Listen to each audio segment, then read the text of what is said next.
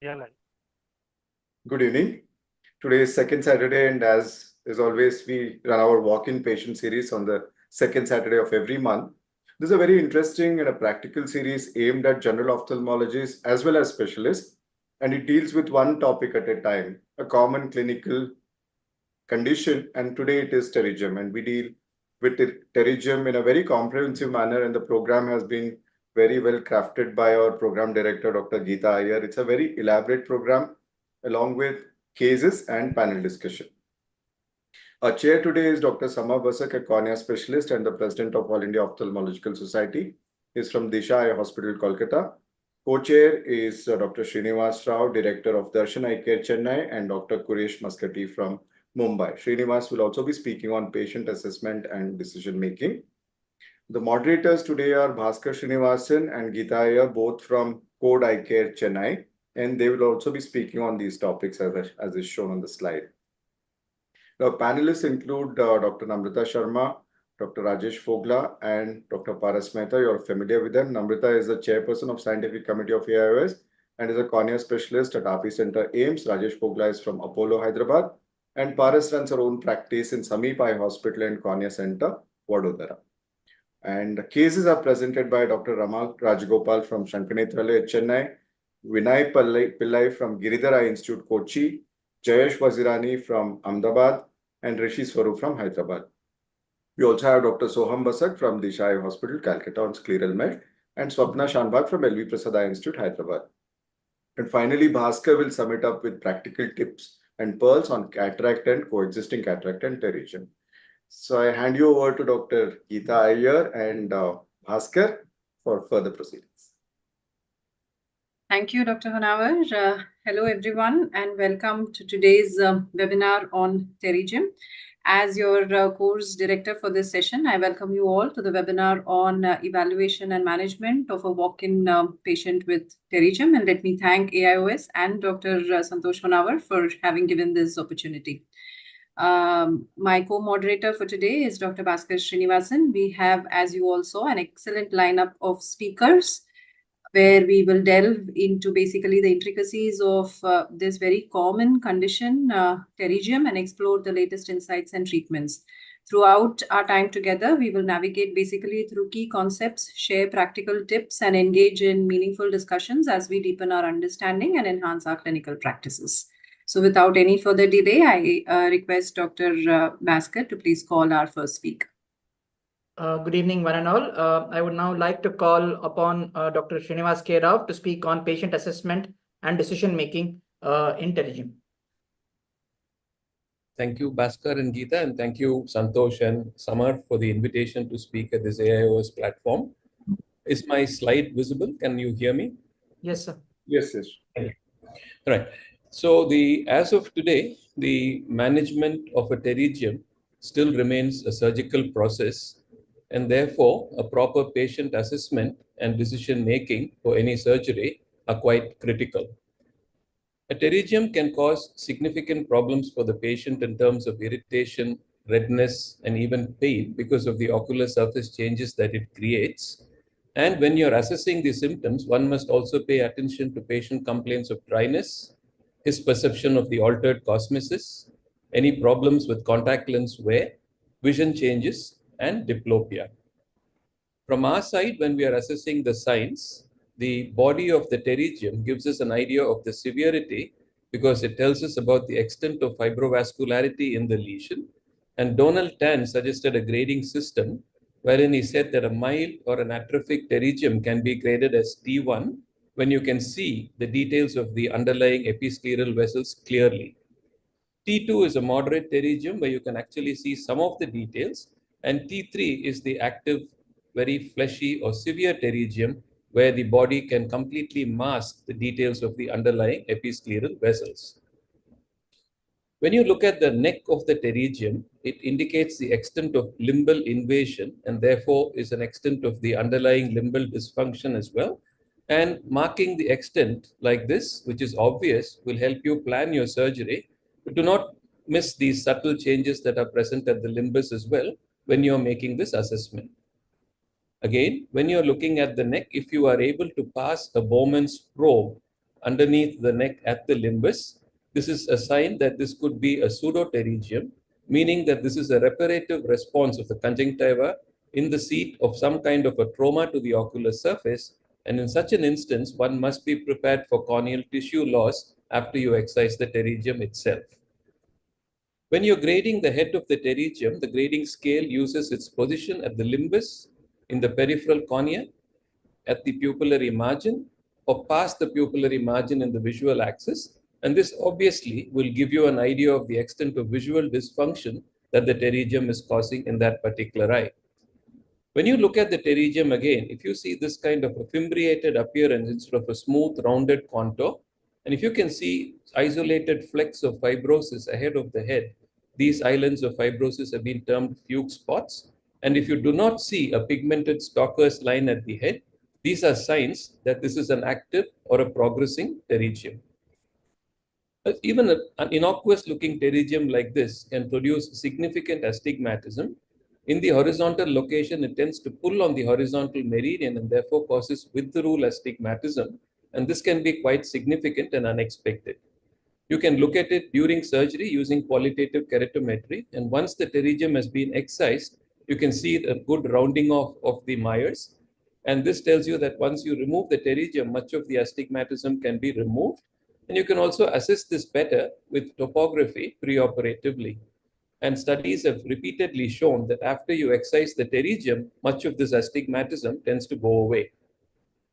During your assessment, if you see that the patient also has a significant cataract which requires surgery either at the same time or soon after, and if your tomography gives you an appearance like this with corneal contour alterations due to the pterygium, obviously you cannot do both together.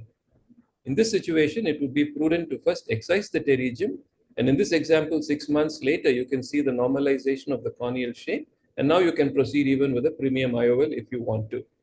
You don't necessarily have to wait 6 months, although that is done in this example.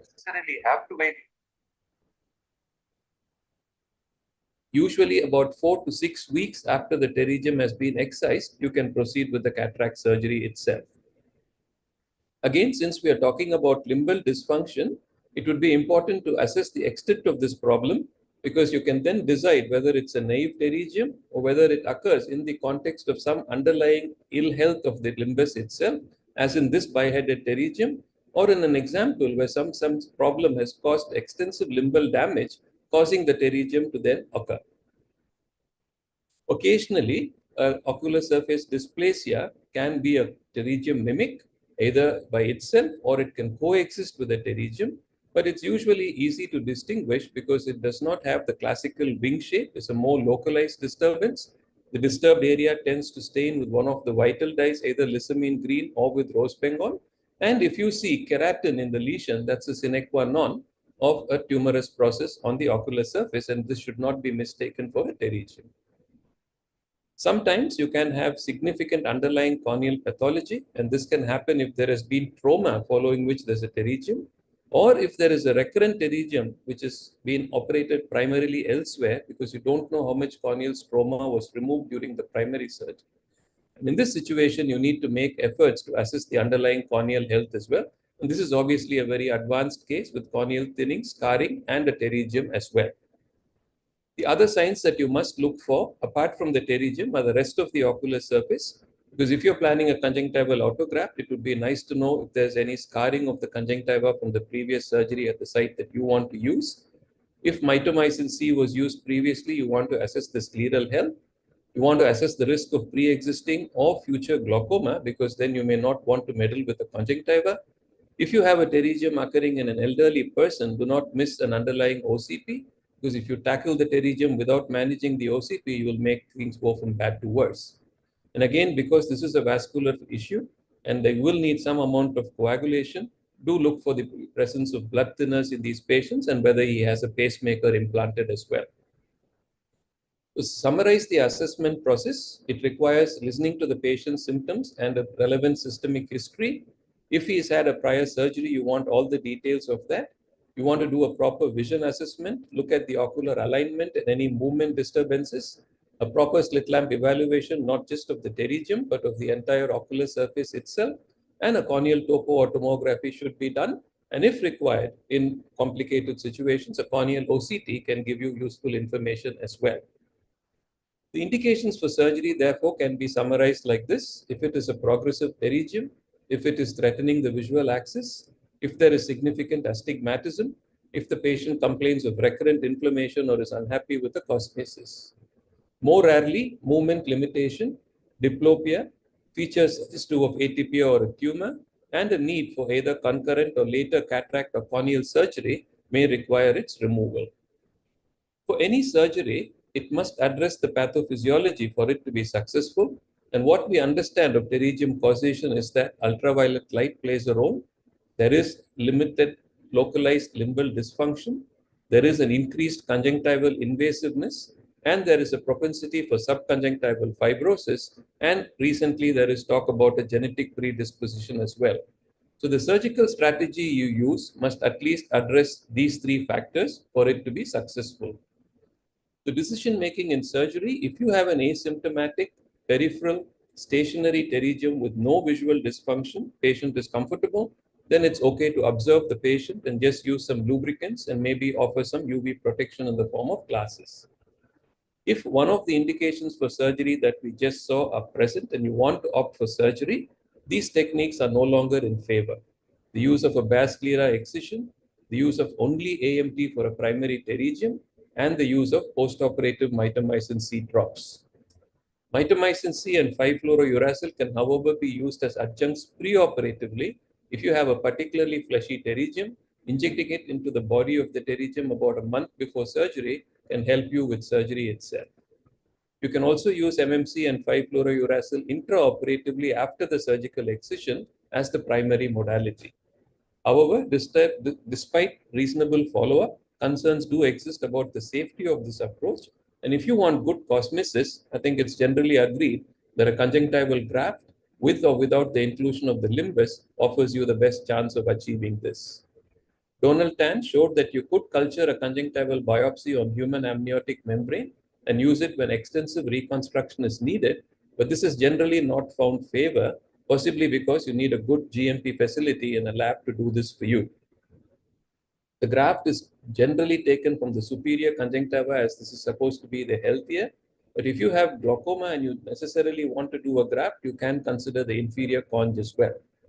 If you have extensive shortage in the affected eye, you can harvest conjunctiva from the fellow eye, and this graft can be secured in place using 10-0 nylon or Vicryl, fibrin glue, or autologous blood, depending on cost and personal preference issues.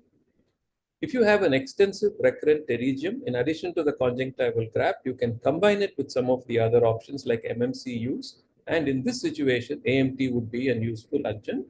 And if you have a more complicated situation following trauma, you may need, depending on the situation, corneal or scleral patch graft, limbal allo transplants, and sometimes a mucous membrane graft as well, if there is extensive symblepharon as well.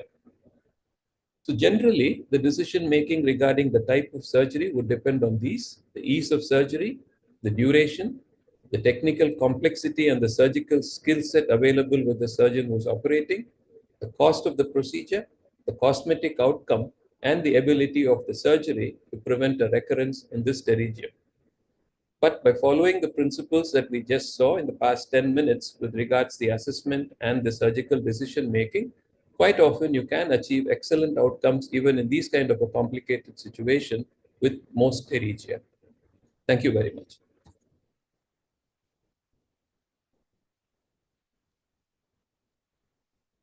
Thank you, sir, for having set the pace for this very interesting webinar. And I will move on to the next talk. We will open up the panel discussion after the second talk. And I would now invite Dr. Paras Mehta to give her talk on the surgical techniques for a primary pterygium. Dr. Paras. Good evening, one and all, and thank you, Dr. Geeta and Dr. Honavar, for giving me this opportunity to be part of this wonderful session. Is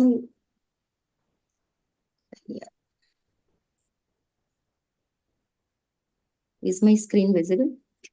Just, yes.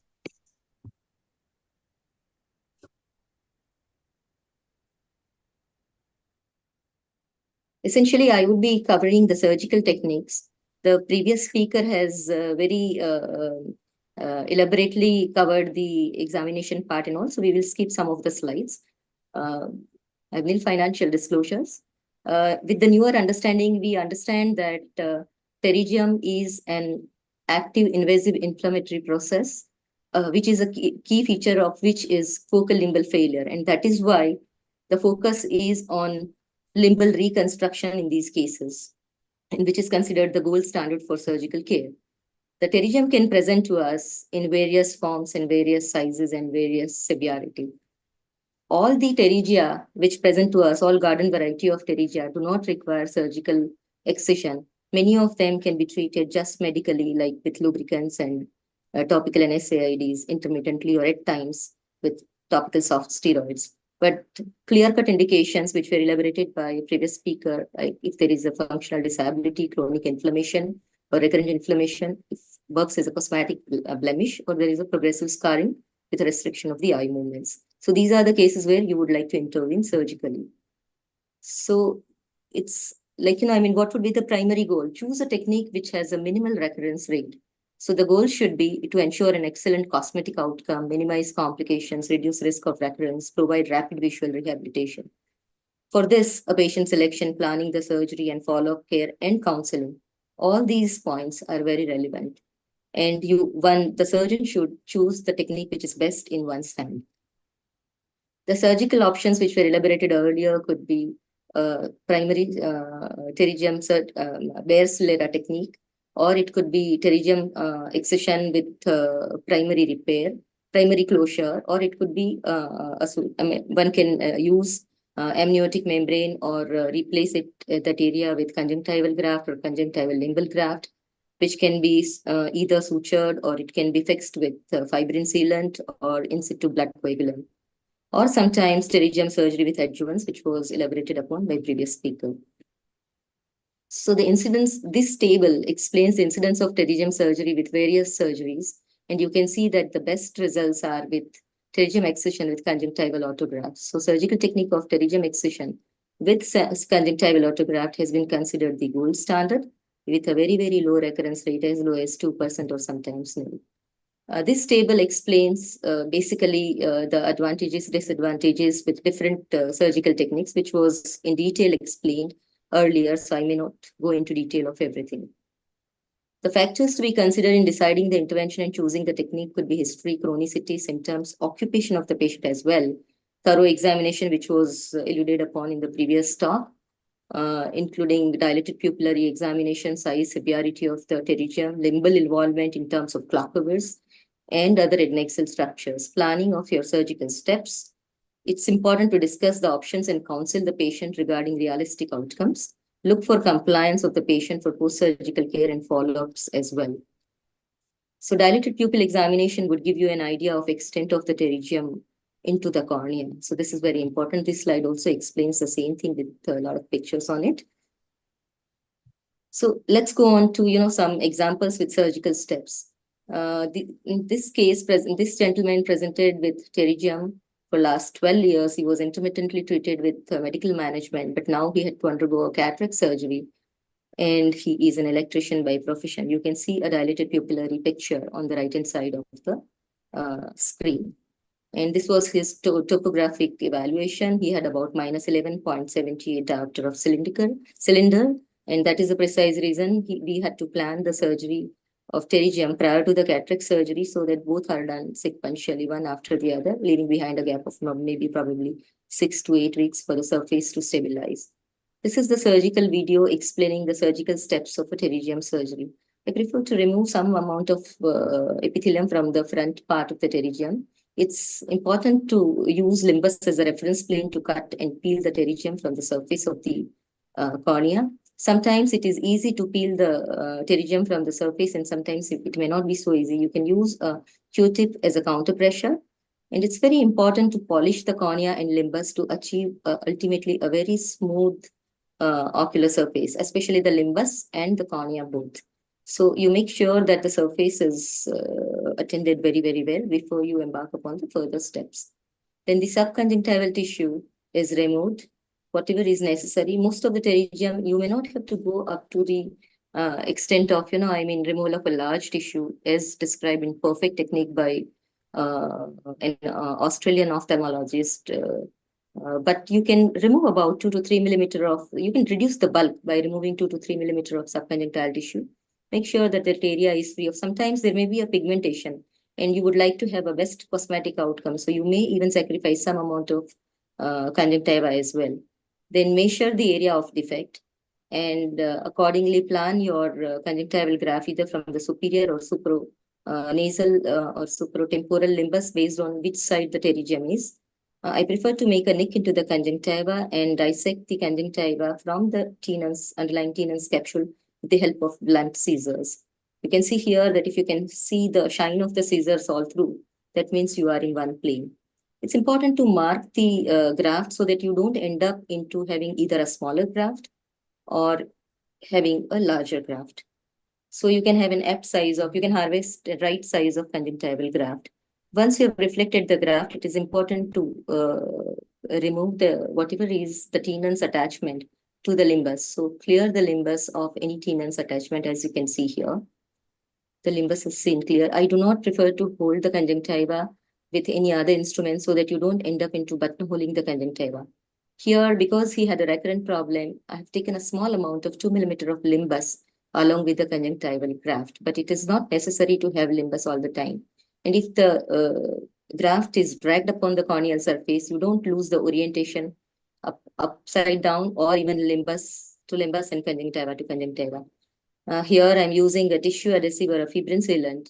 So I've used both the components, fibrinogen and thrombin, one after the other, and the graft is put into the bed and it is ironed out so that excess amount of tissue adhesive is removed thoroughly so that post-surgically the graft would not be edematous because of a lot of tissue sealant there. And even the donor conjunctiva is covered with a fibrin glue, or you can even put in a suture so that post-operative irritation is less.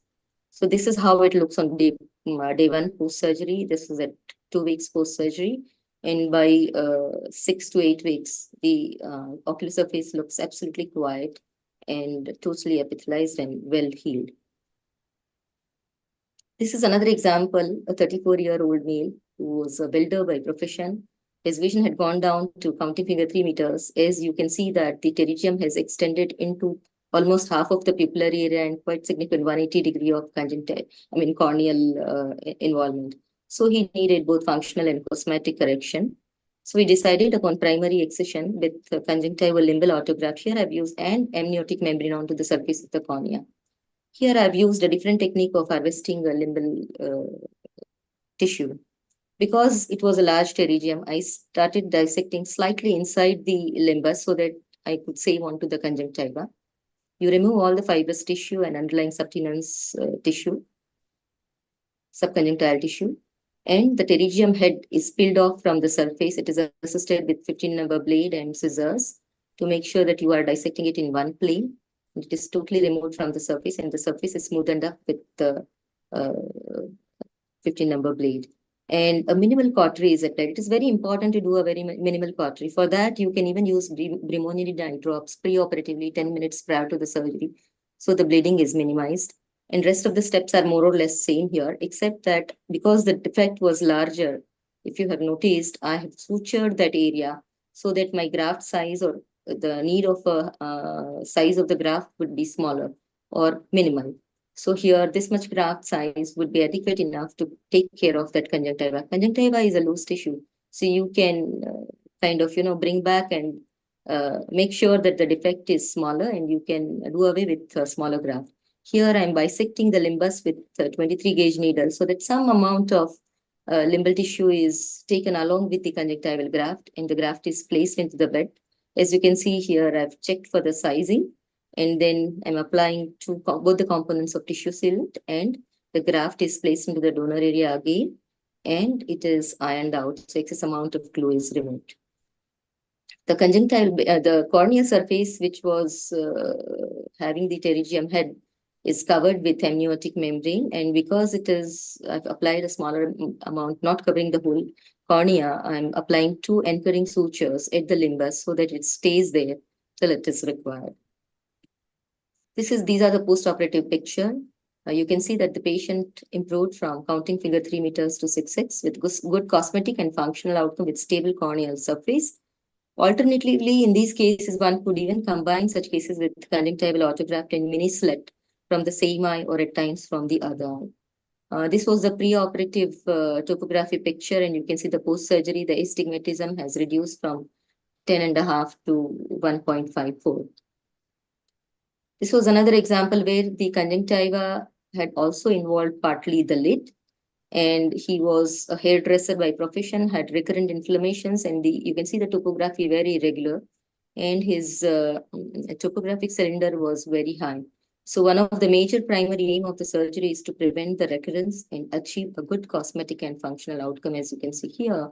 And this is the pre-op topography, and the picture on the right side is a post-surgery topography by 6 weeks. And you can see that the topography appears to be much more regular, and astigmatism has reduced very significantly from minus 31.34 cell to minus 2. This was another example of fleshy or bulky pterygium involving almost half of the pupillary area, as you can see there. He needed a slightly larger conjunctival graft, and the surface is quiet and cosmesis is excellent by 4 to 6 weeks procedure. If you do not have an access to glue, or if cost is an issue, one can use A2-vicryl or 10 monofilament sutures as well. And the only thing is downside is patient may have some irritation.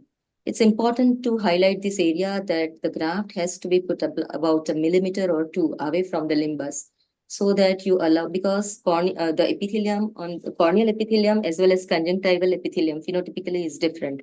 So you want the corneal epithelium to cross over the limbus rather than conjunctival epithelium growing over to the limbus. So purposefully, your graft should be a little away from the limbus, at least 1 to 2 millimeters away from the limbus. And if you would have noticed, the graft is extending up to the edges of the knuckles of the pterygium. So you have to mark the area, how much area you are going to cover, which I will just show you in some pictures, post-surgery complications, and you would realize that it's very, very important.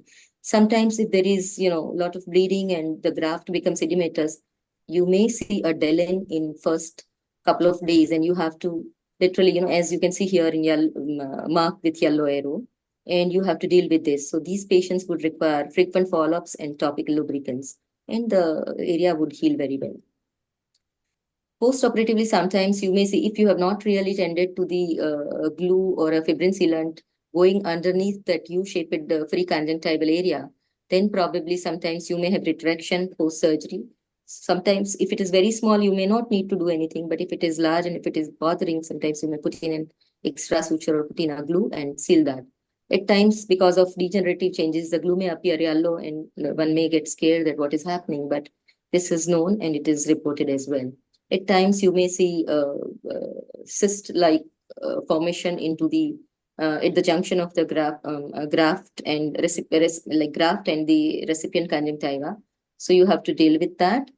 And here the surgery has been done very well. I can see a very nice graft put in, but this is an area, as you can see here, with two yellow arrows, where probably the bulk of the conjunctiva was not removed. So cosmetically, it is little unacceptable outcome. In the last two slides, upper right and two pictures, upper right and lower right, shows it is the same eye, shows that probably the graft was not covering the extent of the pterygium, and that is the precise reason, despite having a nice conjunctival autograft, the pterygium has started recurring from the inferior edge of the pterygium. And you can see that it has already started coming in, and it is also involving quite a significant amount of bulbar conjunctiva.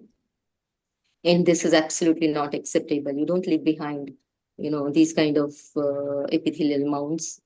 These are hypertrophic areas, epithelial nests, which have to be removed carefully when you are peeling the head of the pterygium.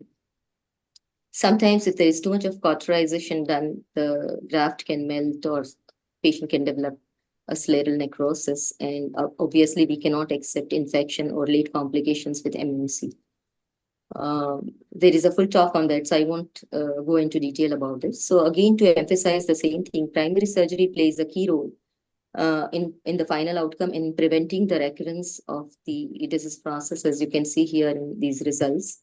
This was a recurrent pterygium. A recurrence occurred post 2 months of a primary pterygium surgery. So we were not very sure whether, there was a conjunctival autograft taken or whether that graft was lost or it was a bare sclera technique.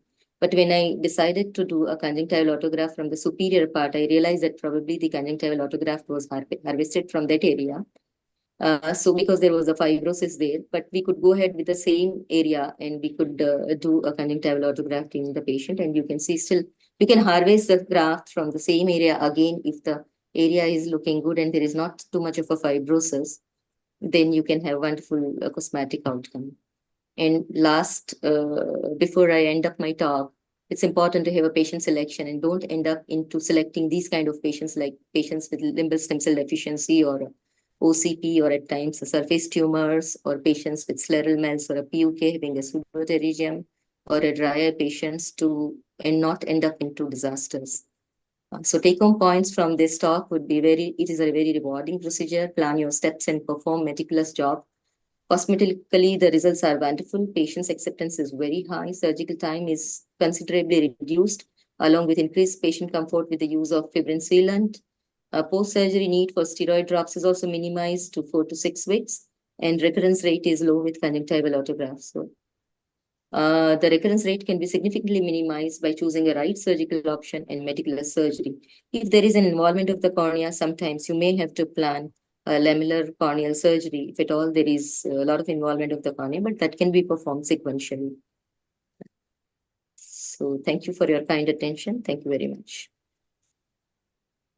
Thank you, Paris, for wonderfully covering all the surgical tips in pterygium surgery. So we go with the panel discussion now, and I would like to ask Dr. Srinivas Rao, is there any limit in terms of size of pterygium that decides whether you would want to observe the patient or operate the patient? Or in other words, what are the other clinical tests or investigations that you would do to decide whether you want to just observe or operate a patient? In my experience, usually the size is kind of correlates with the symptoms as well. It's very unusual to us have a small peripheral pterygium which is causing significant astigmatism and problems. So inevitably, a larger pterygium, you tend to tilt towards surgery. And the patient's often quite clear that, the ensuing few months, they have seen it progressing. So they are also convinced about surgery. So size does play a role in determining surgery. The larger the size, more the chances are that I will offer surgery. And what would be the preoperative test? Would you advise them to do a keratometry in all patients just to get an idea that it is distorted? Because the patient might not complain significantly, but if your K is distorted, does it make sense to kind of show to the patient that you probably need a surgery and your quality of vision will improve, or you leave it because the patient is not complaining? If there is no cataract and therefore the astigmatism and the corneal changes are not particularly important, if you're dealing with a 30-year-old with a pterygium, I guess you can do it to document, and like Paris nicely showed you, so when you're doing a talk, it comes in handy. But practically, I don't see the need to do it because most pterygia, when you do it well, everything goes away. The cornea becomes clear, the astigmatism gets better. So unless it's for document, there's nothing wrong in doing it, but there's a cost involved. So you can factor that in and decide. Can we have the responses from the other panel as well as our chairpersons regarding the routine preoperative investigations that you do in the patients? So one of the investigation is like bleeding time and clotting time, and you have to take the history of taking blood thinner by the patient because it is a kind of bloody surgery and you have to be very careful. And those people are using RF knife. They are more in comfortable position, but some people cannot do right. I cannot use RF knife. Similarly, as SKR told that the patient with pacemaker, you should not use the RF knife. So in those cases, you have to be careful about the bleeding from the pterygium itself, also from the where you are harvesting the tissue for grafting. That is the point to be noted during investigation. Other than routine investigation is always there.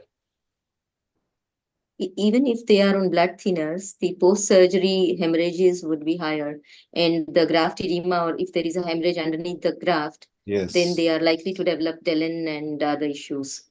So we have to be careful about that history.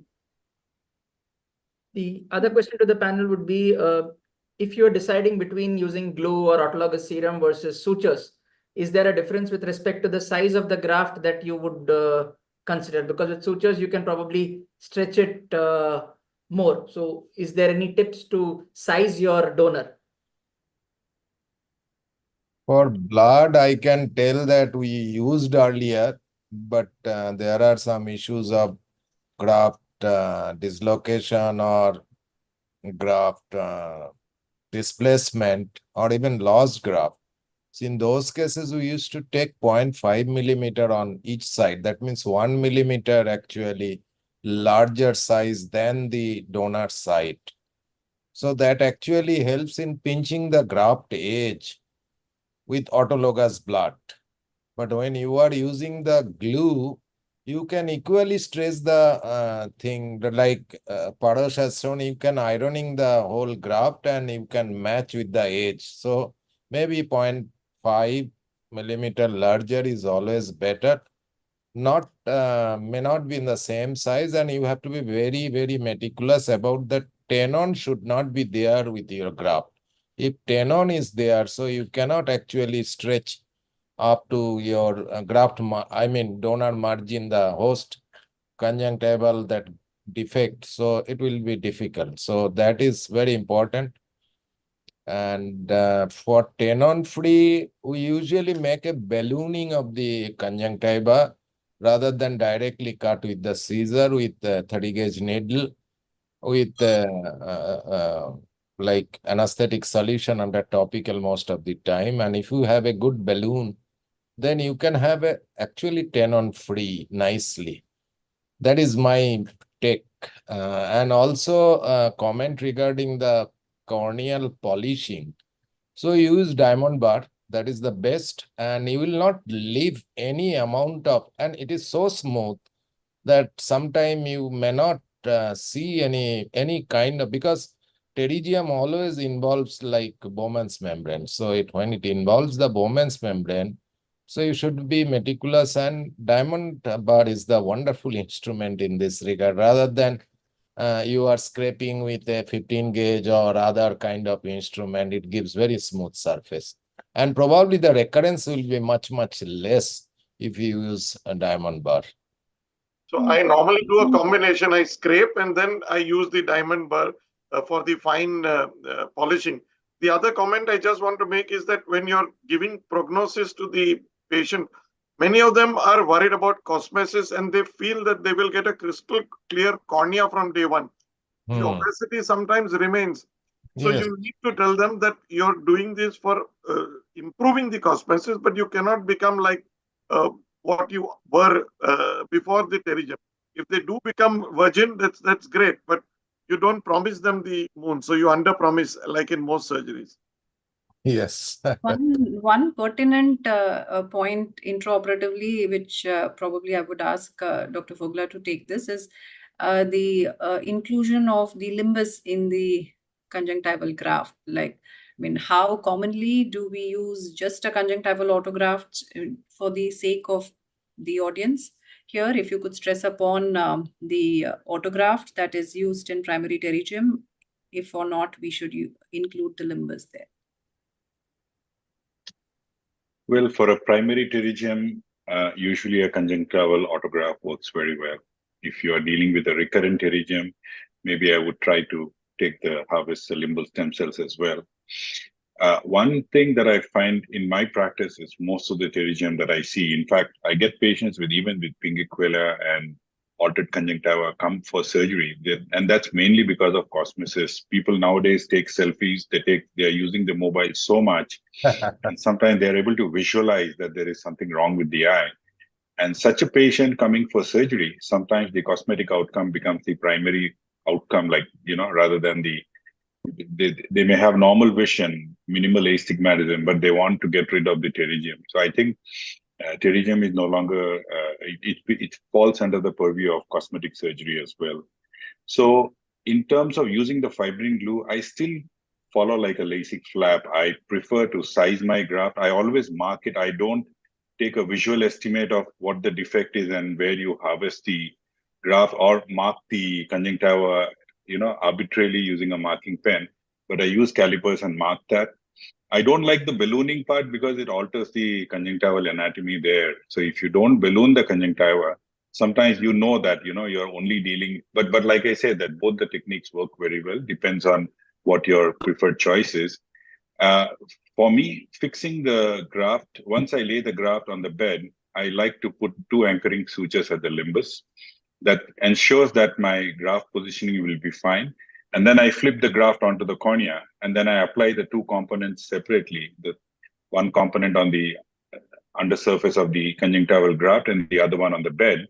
And then as I flip the graft, I can then really iron it out very well without worrying about the graft slipping or, otherwise when you are having a free graft, you are trying to fixate one edge with one instrument and then you are trying to iron out. But if you have already fixated with 2 sutures, then you can really iron out the graft and ensure that you don't have any excess fibrillin glue lying below. And that gives you a very nice stretch. You don't need to really oversize your graft too much. And post-operatively, that bogginess of the graft is also very minimal in such cases. If you don't do that, if you have fibrillin glue left behind, then you have a graft that swells up. And sometimes, even if there is space, you can have the serum or the blood that accumulates under the graft, which again, cosmetically doesn't serve my purpose because the patients come back and they are unhappy and it takes sometimes 2 to 3 weeks for that to go away. Or sometimes you end up puncturing the graft to remove that serum that's accumulating under the conjunctival graft. So I think all the techniques that have been mentioned, surgical principles, everything have been very good. But I guess for me, the cosmetic outcome is the primary objective. Besides, and one use about diamond burr, if people have never used the diamond burr, please take a donor cornea and see how the instrument works, because it is so fast that if you don't realize, you may end up sacrificing corneal stroma as well. If you just keep it a little longer, you will find that it becomes like a depression, and that's not desirable as well. So if you have and you want to embark on using the diamond burr for polishing, take a donor cornea from the eye bank for practice, put it on an artificial chamber or something, and then run your diamond burr. So to have an idea of how much pressure you should apply and how it removes the corneal stroma. Even for another tip for beginners, Paras's excellent surgical video when she did the marking for the donor site. For beginners, I would urge you to cut about 0.5 millimeters outside the mark, so the marks are still visible. You mark on 3 sides, so you know that the 4th side which you've not marked is the limbal side, so that your apposition becomes perfect and you don't flip it, you don't do the limbus towards the caruncle or whatever. So cut outside the point of the purple marks you made. Thanks. So I have a comment about the recurrence. So how do you define recurrence? Is it a corneal recurrence or it is a conjunctival recurrence? So there is no clear-cut definition of recurrence. As Rajesh was telling, the cosmesis is one of the big issue. Even the conjunctival recurrence, it is not touching the limbus, but you could see that it is coming. And there are some kinds of abnormal folds on that area. We call it recurrence. So definition of recurrence, some says that if it crosses 1 millimeter of the limbus, it is a corneal recurrence. But how do you define conjunctival recurrence? And conjunctival recurrence is probably the important concern for cosmesis. Yeah, so that's very common when you see pterygium surgery done commonly. Like if I see a patient who's had a prior pterygium surgery, I often find that on the corneal side, it's very nice and flush. But if you look on the conjunctival side, you see that ridge. That means people, when they dissect the pterygium, the body of the pterygium, they don't focus on removing the fibrovascular tissue beyond the cut edge, because you have that boggy tenon. So that needs to be removed. And you need to first apply the fibrin glue to the host conjunctiva peripherally, settle that down, and then put in your graft and do that. So otherwise, what happens is you have a graft, but you have a thick conjunctiva that's on the periphery. That's why in Laurie, his perfect technique, he goes all the way to the caruncle. So that fold will be there on the caruncle. So cosmetically, it looks very good because on the bulbar conjunctiva, you don't see that fold that's abnormal to appear. So this is very important, I think, when you're dissecting the pterygium. Don't just, because people do pterygium surgery in a very quick manner, I get patients. Sometimes I tell them that my pterygium surgery may take 45 minutes to an hour because you spend a lot of time doing that. You avoid excessive cautery, but that's going to take time. But if you do it in a very hurried way and just put in a graft and do it, then the desirable visual outcome. For me, my objective is that post-operatively, if I show that eye to somebody, they should not be able to make out that the patient had a pterygium earlier. Very true. I think we've touched upon several very, very practical points in this discussion. But then we do have to move forward with the rest of the talks. I see Dr. Namrata has joined. Her talk covers a very, very important aspect on pterygium surgeries, and she will be speaking on complications after pterygium surgery. Dr. Namrata. This is just to inform that we have almost around 215 odd people watching us on YouTube. There are a few questions, but these are all questions that will be addressed in the upcoming talks. So we will go ahead with Dr. Namrata's talk.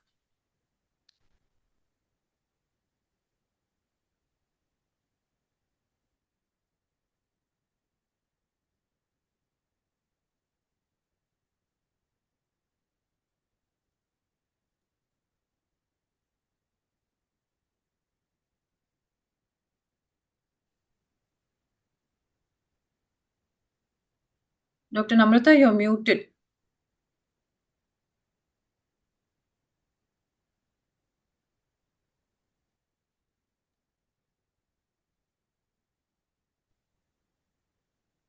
You're still mute. Yes. Okay.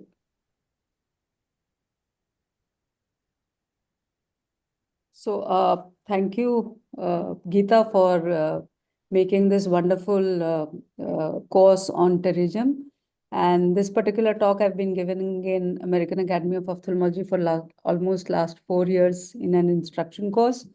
And I would be talking to you, I think this is the much neglected part after once you've done a pterygium, then what actually happens, and especially if you have not dealt with it in a manner it should be, then these are the situations which we can have.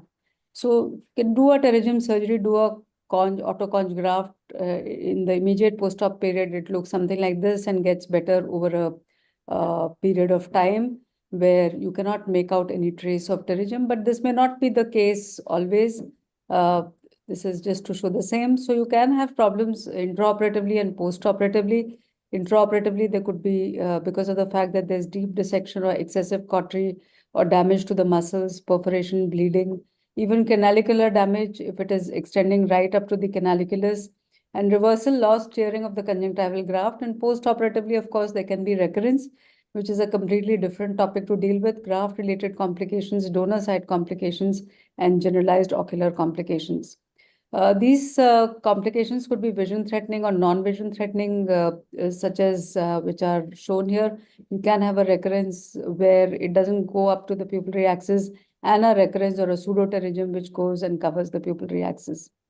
There are various options and adjuvants which are in the surgery for pterygium, and those itself can also lead to complications if they have not been used in an appropriate manner. Apart from this, the vision-threatening complications could be scleral thinning or ulceration, delayed conjunctival epithelialization, iritis, and sublephron. Now, use of intraop and post-op mitomycin C is associated with sclerosing ulceration, which ranges from 2 to 19%. And greater rates of scleral thinning and ulceration would occur with intraoperative or postoperative, in fact, also use of mitomycin C concentration and longer duration of application. Again, delayed conjunctival epithelialization is also something which can occur because of the intraop use of mitomycin C. And again, this has to be used judiciously. Simplifron can also occur in these cases, 2 to 10%, especially if you use techniques like Baer's sclera excision, which of course nobody uses now, but has also been known to occur with other techniques as well. Then there can be non-vision threatening complications such as corneal Dellin, which occurs with all forms of surgeries. The incidence ranges from 1 to 6% after a conjunctival or limbal autograft. After Baer's sclera excision, it is 3 to 5%. With the intra-op use of mitomycin C, it is 0.02 to it is 3 to 6%, and with the post-op mitomycin C, it is also similar incidents, but almost never reported after AMT, which is well understood. Then there can be non-vision threatening complications like post-op astigmatism, which can occur, especially if bare sclera has been used, pyogenic granuloma, especially if too much of conjunctiva has been handled or manipulated, and also there can be a recurrence. Then there can be graft-related complications where you can have a graft edema such as here, or you can even have graft contraction or retraction if you've not sized it appropriately. Then there can be even graft dehiscence, and people have even reported reversed graft wherein necrosis have occurred when you do a reverse graft. Apart from that, there can be graft buttonholing here and graft hyperemia. This is just to show the same again, cases of graft edema. Then there can be even inclusion cysts, Dellen, and graft retraction, as can be seen here. Pyogenic granuloma can occur because of intense wound healing response and may produce a Tenon's granuloma, generally occurs within 1 week of surgery, related to localized suture irritation if suture has been used, and like I said earlier, related to excessive tissue handling, and it is treated with topical frequent steroids, and sometimes in some cases even surgical excision will be required. Of course, recurrence is known to occur, and there are incidences of recurrences which can occur more with the bare sclera and least with the conjunctival autograft. Now, just to highlight some of the cases, this is a case of pseudopterygium after pterygium excision. And when this occurs, it is imperative to mark the area of the pseudopterygia and then to dissect it out with the help of the lamellar dissector. And when you're pulling out this fibrotic tissue, it is best to pull it out as much as you can from the fornices and then to cut it flush from the end so that all the excessive tissue that is there gets retracted back into the fornix and doesn't come back again. This is, of course, AMG, which is being used here because of the large defect which is present, which not only covers the cornea, but also covers the sclera. And this is being pasted with the help of the glue. Subsequently, a bandage contact lens can then be applied over it, and this epithelializes over a period of time. Then this is a case of recurrent pterygium where multiple recurrent pterygium surgeries were done, and there was a corneal haze which was present. So again, this is being addressed. Of course, the haze is there, and the dictum remains the same. Whenever you cut this particular part, you just get it out of the fornix, cut it right at the end so that it doesn't come forward. Try to clear the area as much as you can. Unfortunately, it is there on the visual axis as well. And then subsequently, in such cases, one can apply amniotic membrane and then a bandage contact lens over it. This is a case again of pseudopterygium where autoconj with glue was done. And this has again occurred after multiple pterygium surgeries referred from Nepal.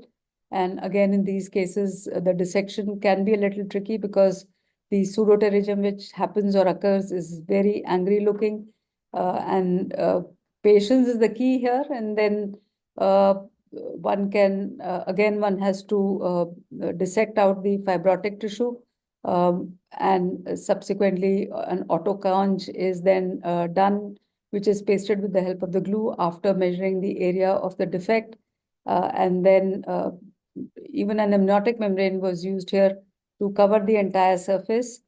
And it was glued so that the epithelialization occurs in the post-op period. I do believe that amniotic membrane also decreases some amount of haze. Now, this was a case of double-headed pterygium, so much that we thought, of course, the patient did give history of earlier pterygium surgery, and we did plan, in this case, a lamellar keratoplasty. But just as we excised the cornea, we realized that it had perforated from both the sides. And in fact, we were not able to do a deep anterior lamellar keratoplasty, but had to do a full thickness corneal transplant in this because of the fact that it had perforated from both the sides. So a penetrating keratoplasty had to be done, and you can have surprises such as this. Now, topical mitomycin C itself can have a lot of side effects, including scleral melt, calcific plaque formation, corneal decompensation, limbal avascularity, even secondary glaucoma and cataract. And even intraop mitomycin C can cause problems which can be related to sclera, such as scleral delin, scleral avascularity, sclerocorneal melts. And this was again a case where multiple pterygium surgery with mitomycin C had been done, and notice that there is a perforation which is present. And again, in this case, the pseudopterygia is being excised. And we had to do a lamellar graft in this case after freshening the edges of the area where this graft has to be placed. This is the donor cornea which is being taken and which has been then dissected as per the recipient bed, and then is sutured with 10-0 monofilament nylon sutures. And AC is being formed subsequently so that the iris, which is prolapse, goes behind. And this patient looked like this in the post-op period and subsequently healed in the sense that the perforation was sealed, and then underwent a penetrating keratoplasty, small central one, for a rehabilitation, optical rehabilitation. Now, this was a case where again scleral melt was there after pterygium surgery, and here we did what we called as a sutureless tuck-in scleroplasty. So the dissection was done all around this area of scleral melt and scleral thinning, and a pocket was made with the help of the crescent blade all around. And subsequently, we did take a part of the sclera, which was then tucked inside after trimming the edges from behind.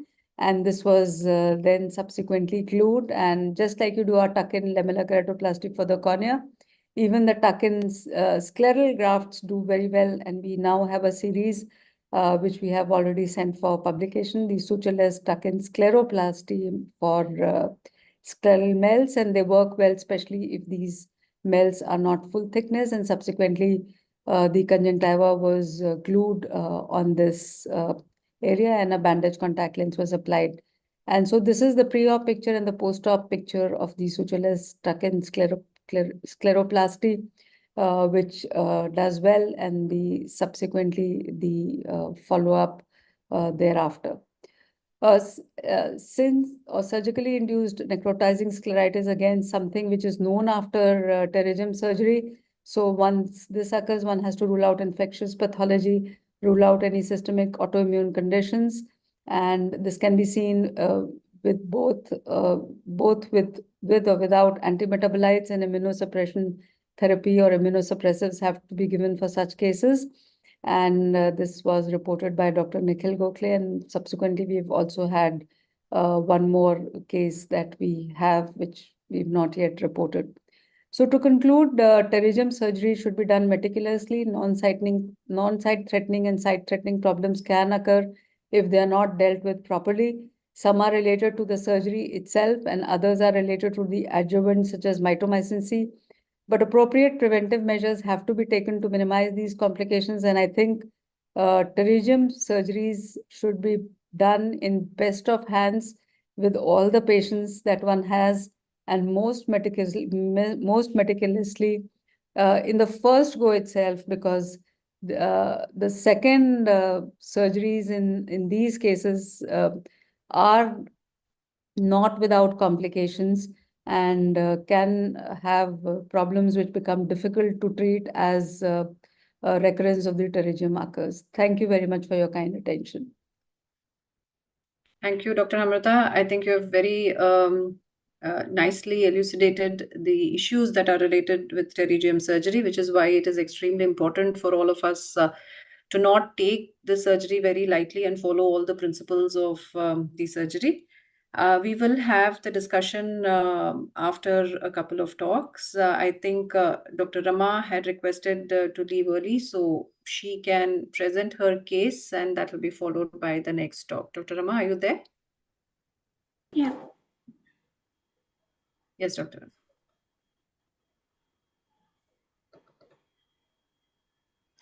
Are my slides visible, Geeta? Yes, yes. Thanks, AIOS and Geeta, for having me here. Good evening, everybody.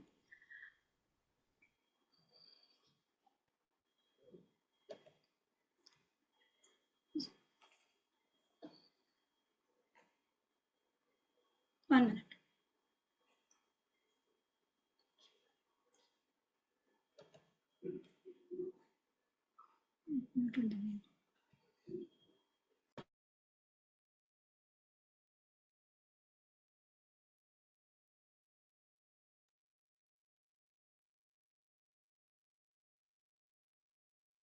So basically, what we have seen through the talks thus far is that pterygium is something that does not very commonly affect the younger population. And through this case, Dr. Rama will highlight one of her patients who had a pseudopterygium belonging to the pediatric age group and the issues associated with that.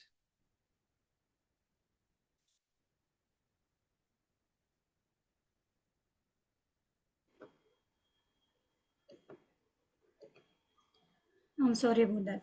So basically, I'm presenting this case of, can I go ahead, Geeta? Sure, ma'am. Of a 4-month-old baby who presented with white reflex in both eyes since birth. Child was able to, there was good light perception. There was a nystagmus. The antenatal and perinatal history was normal. Family history was negative.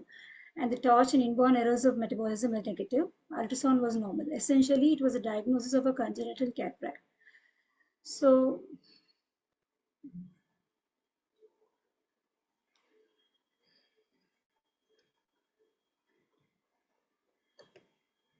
why I can't? So what was planned was the lens aspiration with primary posterior capsulotomy with anterior vitrectomy. So this was done in both eyes, in the right eye first, and followed by the left eye in a gap of 1 week's time. The key points to note here was that the side entries were made at 2 o'clock and 9 o'clock position with a 15 blade, which was hydrated at the end of surgery, and a tenovical suture was taken at the side port. The child was put on post-operative steroids for over 2 months' time.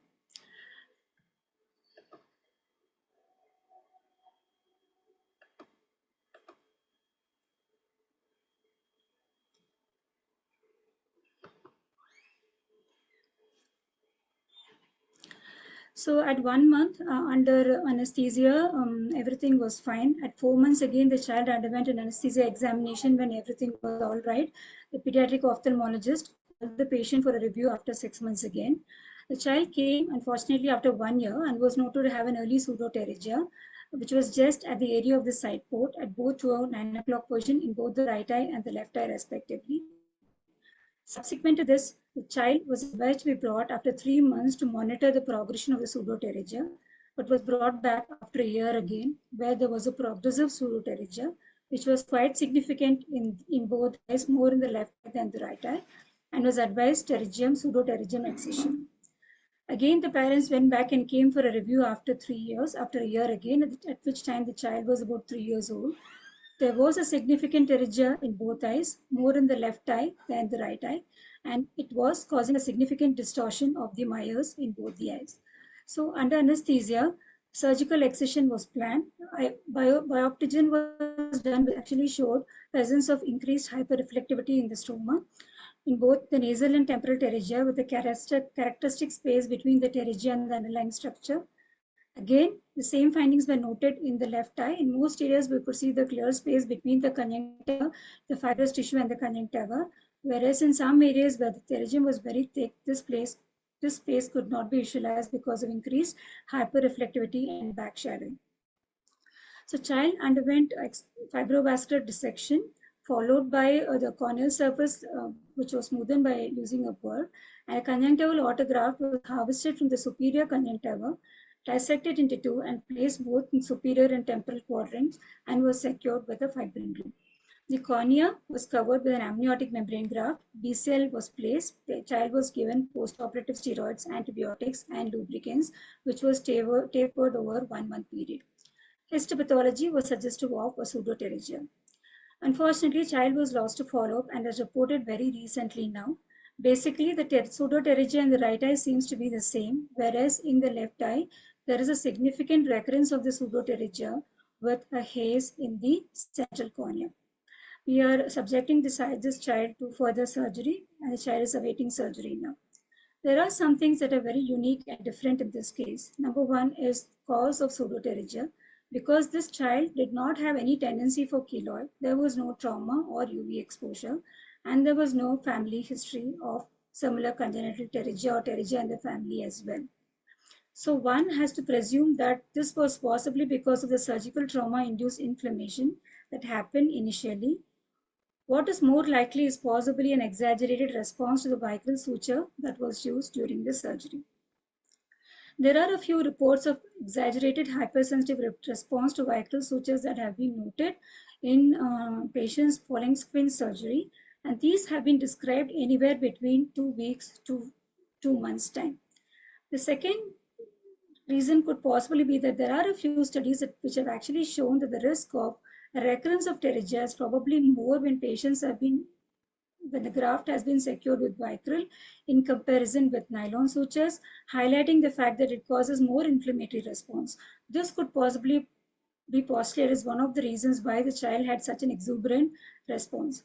The second question is what actually caused the delay? Because in these patients, whatever has been described, I think when you see if it is a response to a vicryl suture or a hypersensitivity reaction or an inflammatory reaction, we usually expect this to start in the immediate postoperative period. But in this child, evaluation under anesthesia was done at 4 months, at which point of time there was no signs of pseudopterygia. So it is, I would like the panelists' opinion to understand what exactly could have been the cause for this delay. Is it because the inflammatory response started in the conjunctiva and gradually evolved, and by the time it reached the cornea, there was already a time lag by the time it manifested? Thank you. Thank you, Dr. Rama. That was an interesting case.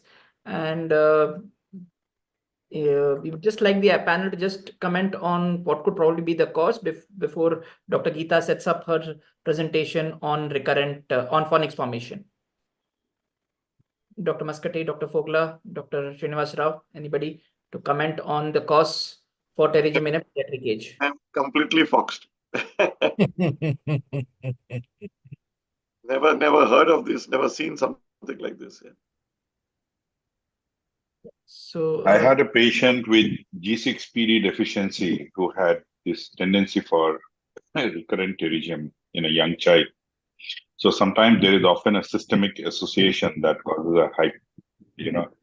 a hypoplastic response to any kind of incision that you put. So I think maybe have the patient run through, but I think you already did all the systemic blood workup and everything and found nothing to be.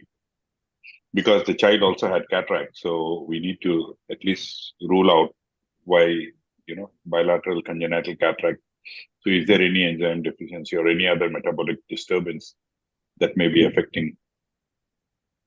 We did the usual run through for the torch infections, but we didn't find anything positive. No, not for torch, but you have them analyze with any of the known enzyme deficiencies, whether the child. Usually G6PD will also have some sort of anemia, they can be associated with hemolytic anemia as well. So maybe send to a pediatrician and have them look at a note and see if they want to run some tests and figure out. Because I can understand the hyperplastic response to the vicryl suture, but then you did a surgery with a conjunctival autograft. After that, ideally, there should not have been a recurrence unless vicryl sutures were used again in that surgery. Did you use fibrin glue or you use vicryl sutures? I used only fibrin glue. Yeah, so then, yeah, so in that surgery, if you did not use vicryl sutures, so ideally then we should not have seen a recurrence of the pterygium or the pseudopterygium in that case. So there must be something else that's altering the healing response. And very true. There are very few anecdotal case reports of pterygium in the very pediatric age group where I think there's syndromic associations like you mentioned. So probably we need to rule that out. There's a case report of a child with Rubinstein-Davy syndrome. So we probably need to evaluate these patients, but I'm sure all that was already done. And it is indeed an interesting case for thought. Yeah. So thank you so much. Sorry about the hitch. Yeah. So we now call upon Dr. Geeta to speak on phonics formation in pterygium cases. A very good evening. I will be speaking on principles of phonics reconstruction.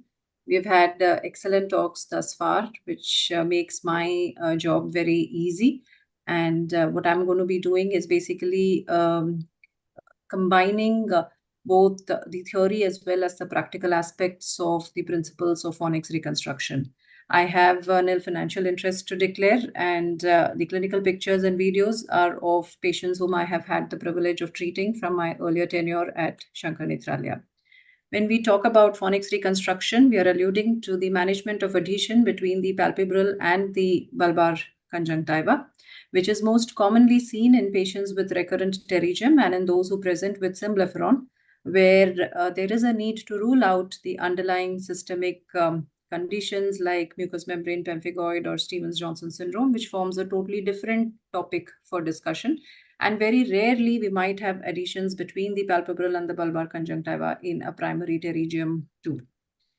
Definition of recurrent pterygium, as Dr. Basak already mentioned, is still very inconclusive, and it primarily focuses on the recurrence of the fibrovascular tissue beyond the limbus onto the cornea.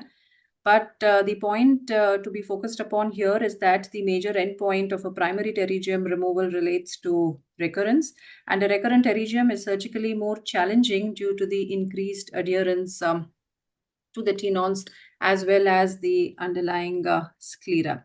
The risk factors for recurrent pterygium basically include the surgical skill and the experience, as well as, more importantly, the technique of surgical excision that has been adopted during the primary procedure. As has been mentioned by the previous speakers, of course, inflammation is a very important cause, and we do have not as yet known variables.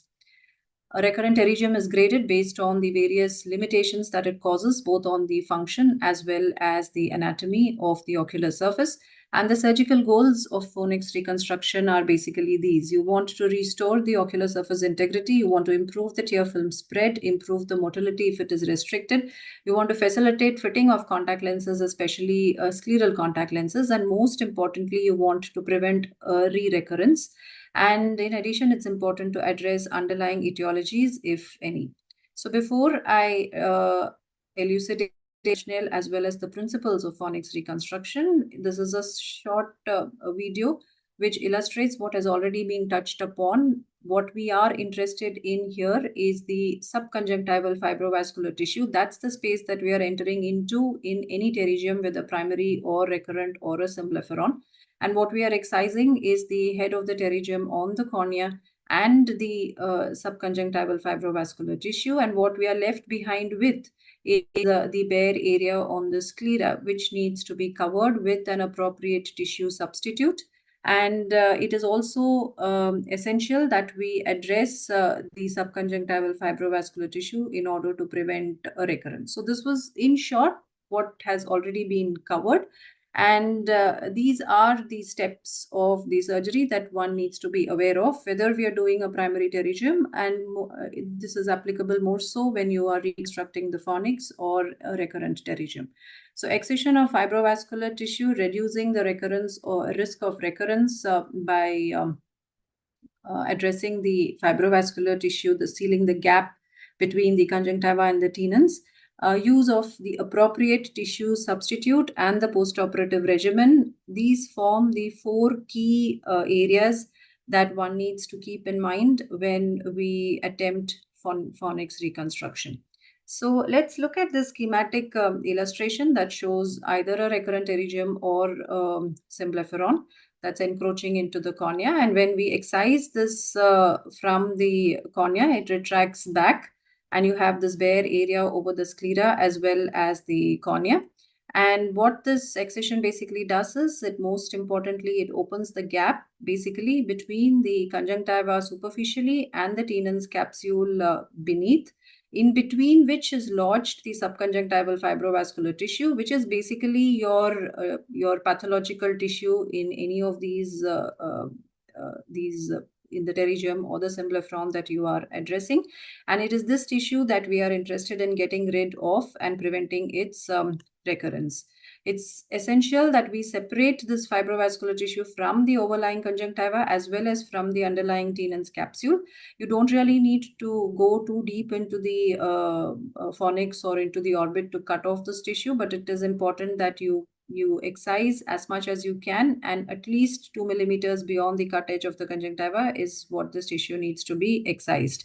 So this is short video showing the incision and reflection of the symblepharon. You need to give adequate relaxing nicks on the conjunctiva so that it falls back. The conjunctiva is quite bulky. You're releasing the fibrovascular adhesions to the sclera. This is a patient of symblepharon, and you're entering the plane between the conjunctiva and the underlying tenons here. And this, what you're seeing at the base, is the tenons capsule. And what we need to get into is the space between the tenons and the conjunctiva to excise the fibrovascular tissue. So once the fibrovascular tissue has been excised, as was shown in the earlier video by Dr. Namrata also, we can resort to additional measures to prevent the recurrence of the fibrovascular tissue, wherein, especially in cases of recurrent pterygium, which are associated with severe scarring and inflammation, there is a role for intraoperative mitomycin C, which, by virtue of its proximity to the cut edge of the subconjunctival tissue, prevents the recurrent.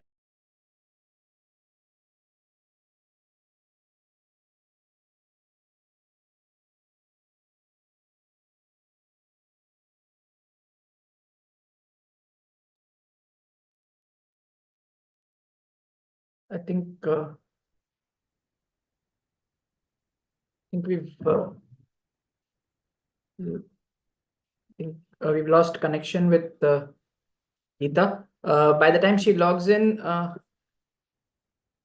we could just take a couple of questions.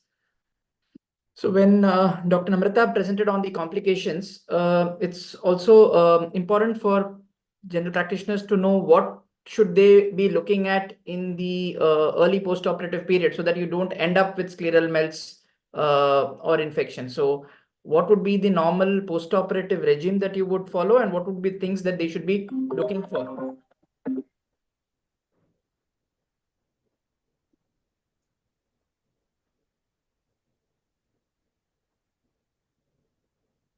The usual post-op regime is just steroid drops for 4 to 6 weeks, antibiotics for about a week. Something very similar to your cataract post-op regime would work, along with lubricants, of course, is what I give for pterygium, Bhaskar. Any particular... Geeta's come back. Yeah, okay. Great. Yeah, Geeta, you can continue.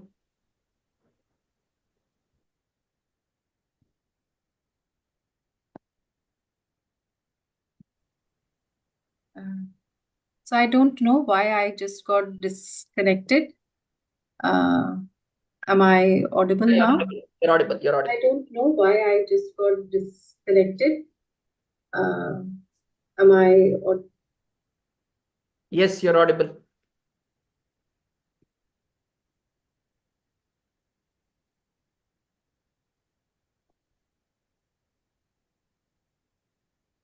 Doctor, can you just So can you hear me? Yeah, we can hear you now. Crystal.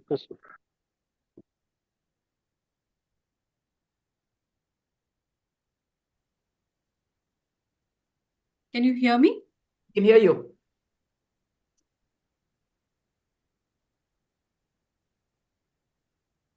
Am I audible? We can hear you, Geeta. We can't see the movie.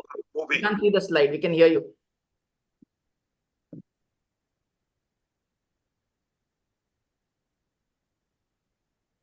We can hear you. We can't see the slide. Doctor, you can do the screenshot, please.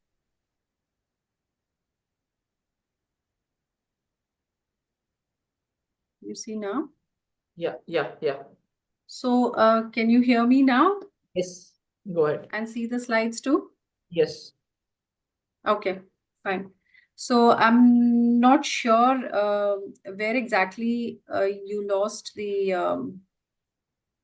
communication. So we were talking about the use of mitomycin C, and that it is recommended only for recurrent pterygia with severe inflammation. So this is basically a video that highlights the use of mitomycin-soaked sponges, which are placed in the gap between the conjunctiva and the tenons. So what is important to understand here is the fact that the sponges are never placed directly on the sclera. They're always placed in the gap between the tenons and the overlying conjunctiva, in contact with the cut edge of the fibrovascular tissue, because that is where the intended effect of the mitomycin C is expected. And once the sponges are removed, you need to flush the ocular surface significantly with normal saline to wash off any residual mitomycin C from the surface. Beyond this, you will need to cut off the excess of Tenon's capsule and make sure that the edge of Tenon's capsule is just behind the edge of the conjunctiva. And whatever residual fibrovascular tissue, if any, is well away from the sealed gap, which is what you need to seal by using a combination of fibrin glue or sutures. And that is what is highlighted in this video here, where what you would need to subsequently do is, this is the use of fibrin glue, and you're apposing the tenons to the conjunctiva and also taking sutures between the tenons and the conjunctiva so that the gap is now completely sealed, and this prevents the fibrovascular tissue from coming out and adhering back onto the surface. Fibrin glue alone, when used, we know that it can undergo fibrinolysis and it can open up the gap, and therefore it is important that you combine it with sutures, either 80 Vicryl or 90 nylon. In addition, when you have the cut edge of the conjunctiva at the fornix or even shorter than that, it is essential that we direct the fibrovascular tissue away from the bulbar surface. And this basically reduces the risk of the cut edge adhering to the bulbar surface. This suture is then subsequently removed 2 weeks post-operatively. I hope I'm audible, and you're audible. you can see the slides. Sure, thanks. So this is a short video of how we apply the anchoring suture. So this is the cut edge of the conjunctiva. You place it back onto the palpebral surface, and here the anchoring suture is being taken along the cut edge of the conjunctiva. This is, we are using 50 Prolene suture being placed on a bolster, and this suture is usually cut at the end of 2 weeks. This helps to direct the cut edge of the fibrovascular tissue away from the bulbar surface. And then you put in the speculum, assess the amount of fornix that you have formed, and you also will be able to assess the motility. Beyond this is the need to decide upon the use of tissue substitutes, and this is basically done based on how much area of sclera continues to remain bare after you have done the previous steps of the surgery. And based on where the cut edge of the conjunctiva rests, one would need to take a decision as to whether you would need to depend on just an amniotic membrane with a conjunctival autograft, which is what is being done here. We're putting the amniotic membrane, making sure that it is flush on the surface. You can see that the cut edge of the conjunctiva is resting on the bulbar surface. And then we are harvesting the conjunctival graft, which will be placed over the amniotic membrane in order to re-establish the limbal barrier in this particular scenario, followed by placement of a bandage contact lens. Scenario 2 is when you have the cut edge of the conjunctiva going almost down up to the fornix, where you will be using amniotic membrane. But in this situation, you will definitely need to combine it with an anchoring suture as shown earlier, along with a conjunctival autograft.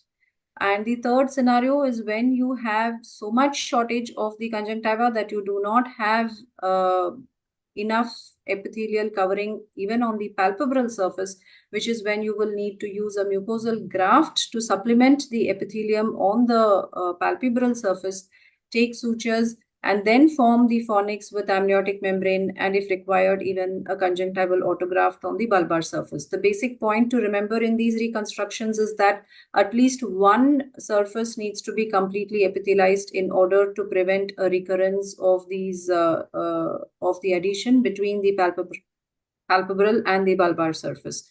So schematically, if you have a bare area which can be covered by just a conjunctival autograft, then that is the best option. If it is larger than that, there will be an amniotic which will be placed on the bed and a conjunctival autograft over it. But something that's larger than that, and especially in a medial pterygium, if there is exposure of the medial rectus, then again that needs to be covered using an epithelial graft in the form of a mucosal graft or a conjunctival graft over there too.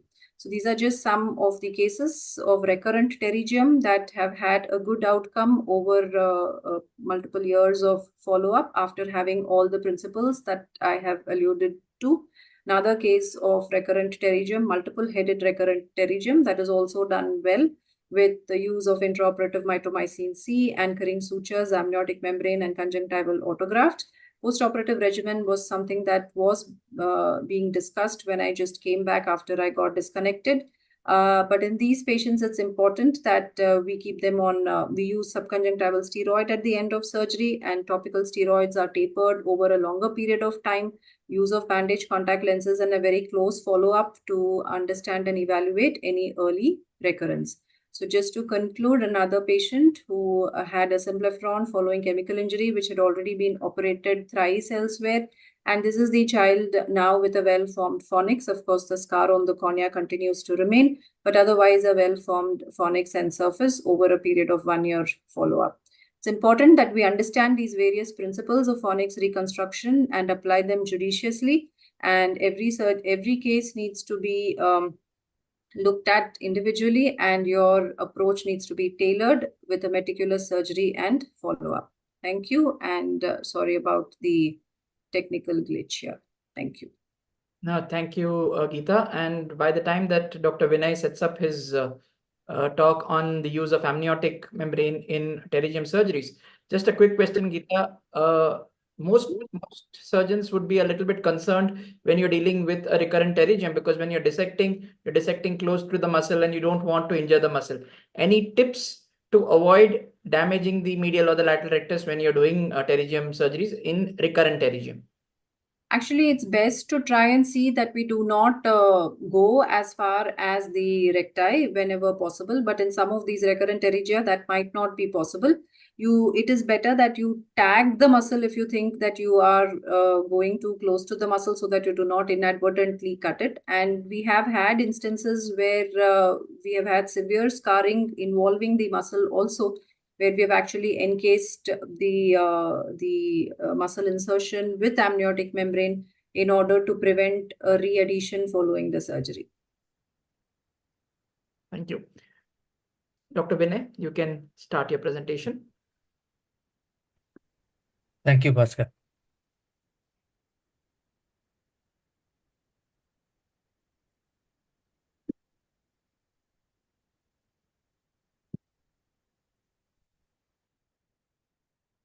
Thank you for asking me to present this case. This is a 53-year-old male who came to me with a history of having undergone pterygium surgeries in both eyes. To tell you frankly, he doesn't remember how many times, 7 or 8 times in each eye is what he said. This was his, how his eyes were when he presented. Both eyes, temporarily, there was severe, fibrovascular scarring with extension of pterygium onto the cornea, with, limitation of adduction in both eyes. So it was decided that we'll go ahead with the left eye surgery. We excised the pterygium, along with that, release the adhesions. Most of the principles described were followed. Did an autograft at the limbus, and then the rest of the defect was covered with amniotic membrane, and a mitomycin C was applied at the margins. In a month's time, he presented again with, there is a granuloma at the edge with severe inflammation and active fibrovascular tissue in that area. The granuloma was excised, and again, he was reasonably okay for another 6 weeks. But then the inflammatory response, that active fibrovascular tissue along the temporal aspect was still persisting, and because of which we decided to, give injection tricot in that area where the inflammation was maximum. Over a period of time, the inflammation settled, but then there was some amount of recurrence of the simplifera, but not extending to the limbus. It practically extended up to the area where the conjunctival autograft was present, and then stopped short of it, and it never progressed after that. This was the clinical picture at the end of follow-up. So goals in recurrent, probably it is a removal of a fibrovascular tissue, restoration of the smooth surface, restoration of the normal limbal barrier, and try to prevent the recurrence. Autograft is still the gold standard, and yes, amniotic membrane in pterygium is useful, but as an adjunct, probably not as a primary agent, especially if there is shortening or deficiency of conjunctiva. Thank you. Thanks, Vinay, for that nice case, which beautifully highlighted the issues that are associated with the recurrent pterygium. We will take a few discussion points after a couple of cases. We've been hearing about the perfect technique from a few speakers earlier on also. And Dr. Jayesh Vazirani will now present a case on the modified perfect technique. Jayesh? Right. Thank you very much. I hope I'm audible. Yes, Jayesh. Right.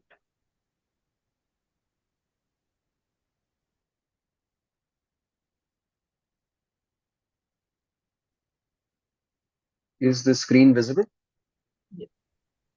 Yes. Yes, please. Right, fine. So this is a simple, straightforward, plain vanilla case of primary pterygium. There are probably more surgical techniques for pterygium than there are recipes for butter chicken. So this is the way I do pterygium surgery. I like to place an incision along the neck of the pterygium and then take off the part of the pterygium from the cornea, essentially the head of the pterygium. That's the first thing I do, and try to maintain as smooth a corneal bed as possible by not digging into the corneal stroma. Now, the next part is important. So what we know now from the pathophysiology of pterygium, and Lawrence Hurst has worked on it for a number of years, and we know about his perfect technique. It seems like the Tenon's tissue is responsible for recurrent pterygium. So the goal here is to remove as much of the Tenon's tissue as possible. However, I must point out that this is not the original perfect technique. The differences here are that the conjunctival opening is smaller than the originally described perfect technique. So I'm trying to use as small a conjunctival window as possible while meticulously separating the underlying Tenon's tissue from the conjunctiva and trying to get rid of as much of the Tenon's as possible from within that conjunctival window. So I call this a sensible modification of the perfect technique, or a semi-perfect technique, where we try and get rid of as much of the Tenon's tissue as possible, but we try to not sacrifice the conjunctiva and preserve it. So I'm not going right up to the inferior and superior recti as described in the perfect technique, but as you can see, I'm removing a considerable chunk of Tenon's tissue. This will also vary based on the age of the patient. In younger patients, you want to remove more of the Tenon's. In older patients, maybe you don't have that much Tenon's to begin with, and you may not need to remove that much. So we are done with the inferior and the nasal parts, and now I'm removing the superior Tenon's tissue from within that conjunctival window. And this takes some time. As Dr. Fogler rightly mentioned, pterygium surgery is essentially cosmetic surgery. So take your time, don't be in a hurry, and there's no race to finish it within 10 minutes or 15 minutes. This is essentially a minimally edited video, but you'll see that we do take our time. Everyone has commented on the importance of smoothing the corneal bed. I use a 15 number blade, but you may use a burr or anything that suits you. The important thing is not to make incursions into the corneal stroma. The goal is not to get rid of that stromal opacity, but to have a very smooth corneal bed. Once this is done, it is important to achieve good hemostasis, especially if you're not using sutures. So if there are one or two bleeders that need attention, these can be tackled at this point of time. And then you have the scleral bed. I like to balloon up the conjunctiva using saline, and I do believe that this gives a very thin conjunctival graft free of Tenon's tissue. The panel has mentioned how important this is for two reasons. One is that not disturbing the Tenon's tissue at the donor site gives you essentially healing that is normal. So you can't make out where the conjunctiva is harvested from. The second important reason is that if your graft is thin and free of Tenon's tissue, it adheres faster, it does not move around, it does not retract, and it takes up very well. So for both these reasons, it's important to take a very thin conjunctival graft that is free of Tenon's tissue. How large should it be? It should be as large as the size of your defect in the conjunctiva at the site of excision of the pterygium, ideally. So it's a reasonably large conjunctival autograft, not as large as advocated by Lawrence Hurst in the perfect technique, as in we are not reconstructing the caruncular fold, but you'll see that it goes quite posteriorly. So usually I use fibrin glue to secure my graft, but sutures give equally good results, and there's no harm in using sutures. So again, this is a step where you can take your time and make sure that you place your conjunctival autograft exactly where you want it. As Dr. Paras Mehta was mentioning, I also tend to place my graft about 1 millimeter posterior to the limbus. I don't take any limbal tissue in the graft, but the CAG or the conjunctival autograft is positioned in a way where it is exactly abutting and you can pinch the surrounding conjunctival edges close to it and slightly posterior to the limbus. So it doesn't look like a recurrent pterygium if it sort of overhangs the limbus. So once the conjunctival autograft is in place, I usually place a bandage contact lens, and that is the end of surgery. So that essentially is what I call the semi-perfect technique of pterygium excision. Thank you. Thanks, Jayesh. So I think basically what you do is larger than what you would do for a normal pterygium, but then not as large as what is being advocated by Lawrence Hurst. Yeah, well, this is basically what I do for a normal pterygium, for all pterygia. So I feel that the larger the conjunctival autograft, the better the cosmesis, because the junction of the normal conjunctiva and the graft is posterior, so it's not very visible. True, true. So thank you, Jayesh, for sharing your tips on pterygium surgery. Dr. Rishi has not been able to join us. He has sent in a video, which I shall play later. So if Dr. Soham is ready, we can have his case presentation on scleral melt. And Yes. yeah. Yes, ma'am. Thank you so much. Good evening, everyone. And thanks to Dr. Geeta and AIOS for having me in this session. So I'll be presenting on infective scleritis melt after pterygium surgery. No financial interest. And I would like to acknowledge Dr. Aditya Pradhan for kindly sharing his videos with me.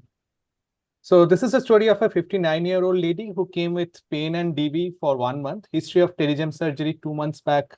However, the surgical details were not available. On examination, we can see a large corneal abscess involving limbus and then extending onto the sclera. There is absolutely no conjunctiva seen over that.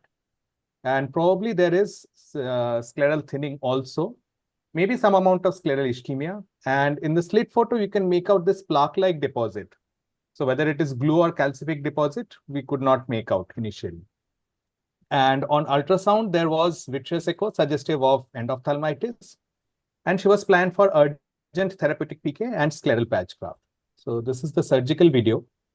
So initially, you can see this is the plaque that is coming off. So this is actually a calcific plaque, which Namrata madam was mentioning. And initially, we were suspecting it to be glue also. So initially, we did a scleral patch graft after thorough debridement of the scleral thinning area. And constantly during surgery, we were irrigating with amphotericin B so as to have some penetration of these antifungal drugs. So we had sent in for a scrape, and this came out to have an KOH fungal hyphae. After the scleral graft was secured, then a therapeutic keratoplasty was done, which included the limbus in the involved area.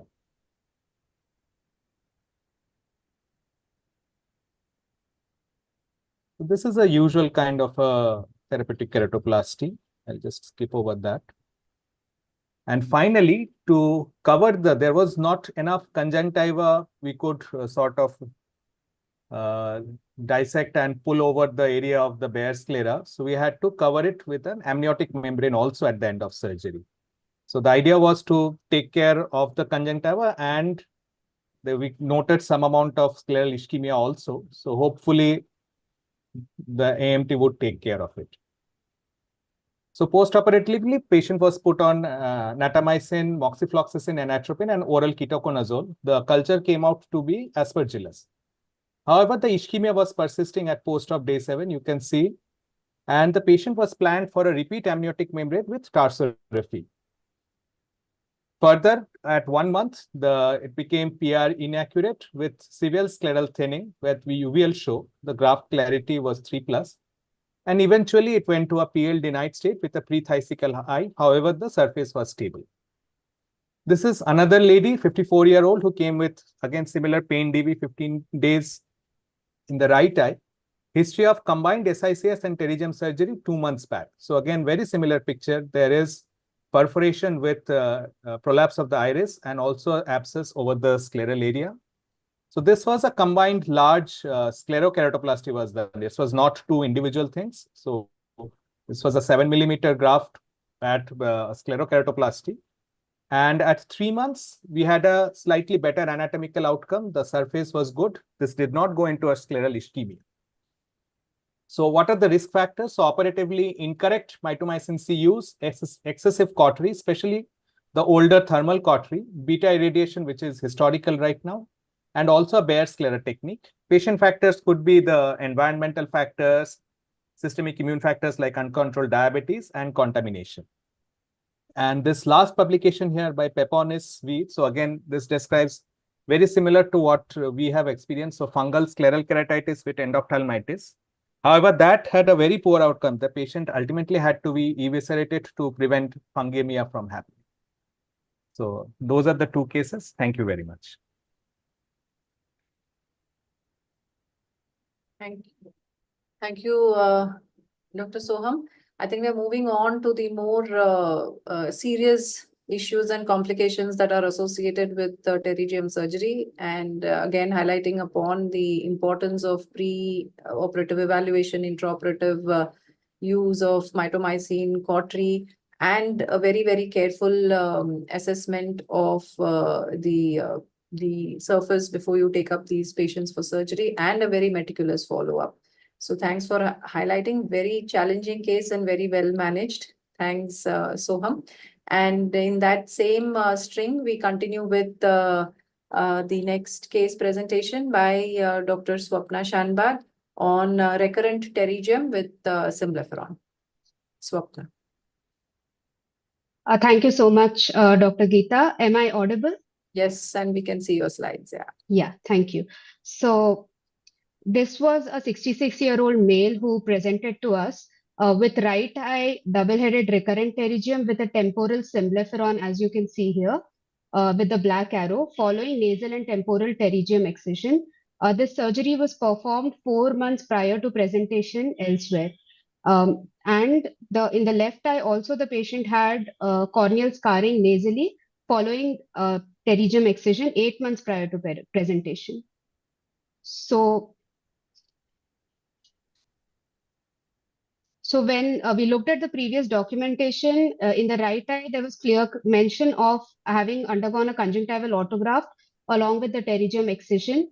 And in view of the temporal symblepharon, the fornices were checked to see if there was something else going on in the eye and if the etiology was something different. Schirmer's was good, both eyes were wet. However, both eyes had an inferior fornicial shortening, and the grading that was Dino Brown grading, which showed a grading of 1, that is fornicial depth loss up to 25%. History was elicited to find out if there was any other cause of cicatrizing conjunctivitis, even something like a chemical burn, but the patient did not give any such history. And that's why we went ahead and performed conjunctival biopsy for both the eyes. And the direct immunofluorescence actually showed right eye positivity for IgM and left eye negative DIF. So we went ahead with the diagnosis of both eye ocular mucous membrane pemphigoid with right eye recurrent pterygium with symblepharon. So this is actually one patient out of a case series of 6 eyes of 5 patients who presented with recurrent pterygium post-excision. All were males. The median age was 63 years for this cohort. Symblepharon was not present in all 6 eyes, but was present in 4 eyes. And fornical shortening was present in all 10 eyes. So even if a patient did not have a pterygium in the other eye, the patient still had inferior fornical shortening. And both eyes of all the patients were subjected to a conjunctival biopsy for DIF, and 9 out of 10 eyes were positive for DIF. So systemic immunotherapy was initiated with the diagnosis of ocular mucous membrane pemphigoid. So we went through literature to see if the occurrence or that's the presence of a symblepharon with a recurrent pterygium is this common or is this rare? And we found out a paper published quite a while ago from LVP where symblepharon was more common in those with recurrent pterygium as compared to primary pterygium. And we could not find any case report or a case series which actually showed a recurrent pterygium being a presentation for ocular mucous membrane pemphigoid. And so we did a further literature review, and there have been similar case series or case reports of a patient developing a symblepharon in the areas of conjunctival manipulation in cases of strabismus surgery, excision of conjunctiva from the lid, surgeries done for entropy on lid malposition. And in these cases, it was hypothesized that the manipulation of the conjunctiva caused some amount of profibrotic response, which caused the final picture to manifest, and then a suspicion of ocular mucous membrane pemphigoid was made, and a DIF actually revealed that all these patients had ocular mucous membrane pemphigoid. So going further, could pterygium have been an incidental finding, or was this related to the ocular mucous membrane pemphigoid? And we are not very sure about this. It is possible that the pterygium was an incidental finding, but the subsequent surgical trauma started the inflammatory cascade. It is also possible that this could have been pseudopterygium to begin with, but because most of these cases, because all of these cases were actually operated elsewhere, we would never know. Also, the surgical technique in all the cases was not known to us because the documentation was missing for some of the cases. So I would like to summarize this case by saying that in all cases of recurrent pterygia, examine for symblepharon, examine both the eyes for inferior fornical shortening. If it is present, have a low threshold and suspect ocular mucous membrane pemphigoid, plan conjunctival biopsy. This may aid in early recognition of this condition and prompt initiation of systemic immunotherapy. And patients with ocular mucous membrane pemphigoid can have recurrence of pterygium as their primary presentation. And we actually did not operate these eyes any further for the recurrent pterygia. I would actually like to acknowledge, because these are Anahita's cases, she couldn't present today because she's traveling. So I decided to present this case series because I thought this was a good learning for me at least. So thank you very much. Thank you, Swapna. I think, yes, it is an important red flag when you see symblepharon associated with a recurrent pterygium. For that matter, any fornical shortening that you see in any of these patients with a primary or a recurrent pterygium needs to raise suspicion of an associated condition. And I think these are very, very important learning tips from these various cases that are being presented here today. So thank you so much for showing an important aspect related to pterygium and recurrent pterygia. So before we move on to the next talk, a couple of questions to the panel and the chair who are here. I mean, two things that I think we didn't touch upon. What do you do to the donor site once you harvest the conjunctival graft? And second, do you mandatorily send the pterygium excised tissue for histopathology? I think these are two questions that always linger in the minds of all ophthalmologists. So if you could throw light on these two aspects. So for the general ophthalmologist, whatever you do to the donor site, you're right. In the sense that you don't have to, you've seen all the lovely videos by the experts of how they cover it. They put fibrin glue there, they pull the conjunctiva over and cover the donor site. It's nice, it looks good.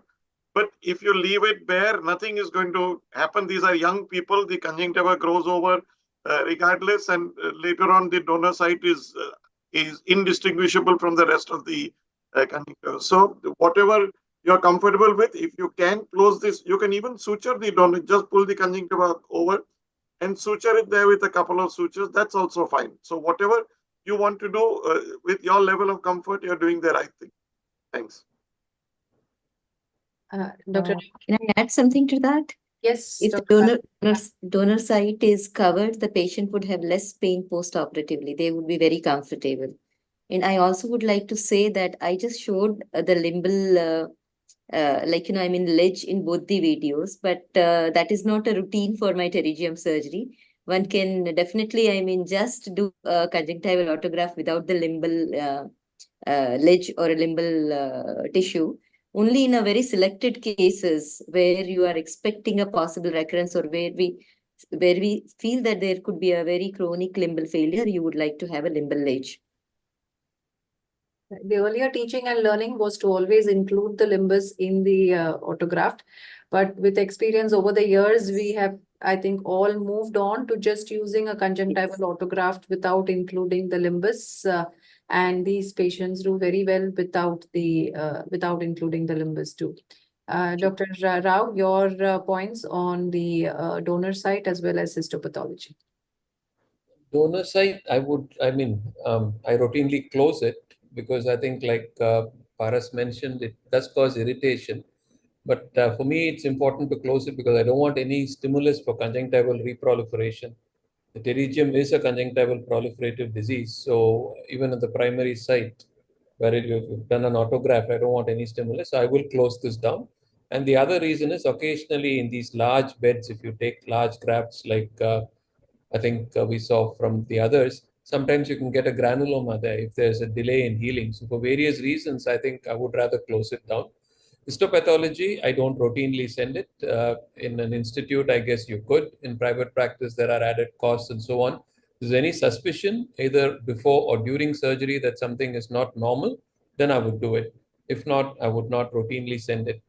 About harvesting the graft, I just wanted to make one little point. I use a cautery. I make the marks, like Rajesh mentioned, with the gentian violet. I mark it in 3 dimensions at the limbus, at the fornix, and the width of the thing. But at the fornix, where I'm going to start the dissection, I make at one point, I will use a cautery. The cautery will only burn through the conch. It won't burn through the tenons. So from there, when you start your dissection, you will enter the correct plane and you can get a nice tenon-free graft. If you don't do it and if you balloon it with something, unfortunately, sometimes you actually inject it into the tenons and you blow up the tenons as well. And then getting rid of it becomes even harder. But this is a nice way to do it. You just make one little cautery mark, burns through the conch, and when you start your dissection from there, you can actually get a proper plane most of the time. Very useful tips. Actually, there's enough of conjunctiva around the donor site that if you're using fibrin glue, all you need to do is pull it forward and pinch the edges of the conjunctival graft edge, and you will have a good apposition and patient is very comfortable post-operatively. So yes, very, very useful points. Anything else from Dr. Rajesh before we move on to the final and the most... Well, I think it's equally important to address the donor side. I may have a difference of opinion to what Quresh said, but remember that if you do not manipulate the donor site, it leaves that area pristine for subsequent glaucoma surgery. And sometimes you can even go back and reharvest when the conjunctival epithelium regrows over it. So if I have, if the donor site manipulation is more, maybe I'll close it. If the patient is under my follow-up, sometimes I just leave it bare and I just follow it up to make sure that it epithelizes. Like I don't leave the patient going away without, because then the chance of, if there is a granuloma formation, if you don't manage it, it doesn't look very good. But if you have not disturbed the tenons, then the conjunctival epithelium will grow over it. And after some time, the donor site won't even show you any evidence that you have harvested any tissue from it. I think whatever you do, I think one thing I learned, even in my surgical thing, I attribute it to both to Dr. Prema and Dr. Srinivas, is that if you respect the tissue will respect you in terms of outcomes that you see. So I think whether you take at the the site of pathology or the donor site, harvest it, like take maximum care. It doesn't matter. And I often look at the fellow eye as well. If I feel the fellow unaffected eye is good and everything, then I go and harvest the tissue from the fellow eye rather than manipulate this eye where you're doing so much of surgery, because then you might compensate on the amount of tissue that you take for your conjunctival autograft, thinking that you have excised a large pterygium. But if the fellow eye is unaffected or you have a larger bulbar area, you can harvest the graft of the appropriate size to ensure that your outcomes are perfect. Which was going to be the next question on alternate sites for donor, for harvesting the donor graft other than just the superior bulbar conjunctiva. So you did mention about taking it from the other eye.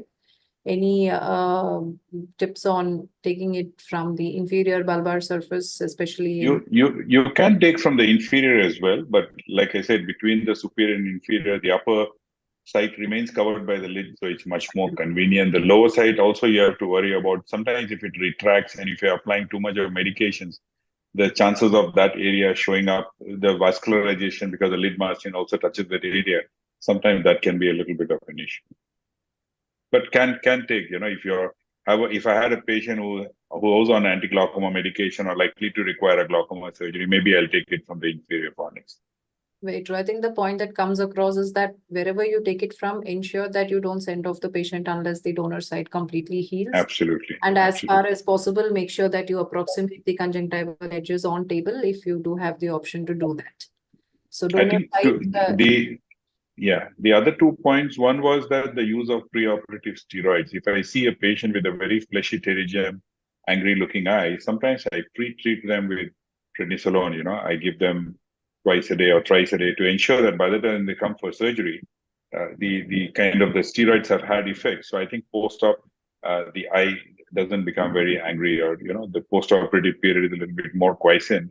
And for recurrent pterygium, there have been few papers where they have tried injecting diluted mitomycin C just maybe a few weeks prior to surgery, just to make the pterygium go into atrophy. So I think if you use judiciously a very small quantity and if you inject, might be to your beneficial effect in preventing recurrence.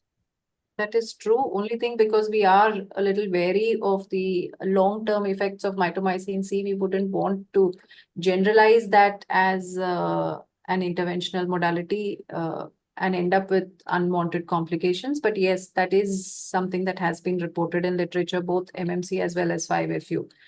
So since the MMC, but cover it with a conjunctival autograft traditionally or literature-wise, the incidence of complications has been very, very minimal. It's usually when you use the mitomycin C on a vas sclera that you have possibility of long-term problems, and that peculiar, absolutely avascular pale appearance, which detracts from the cosmesis. But if you're using mitomycin C and then using a conjunctival autograft on top, I don't think there's been much reports of problems. Like Rajesh said, both 5-fluorouracil and mitomycin.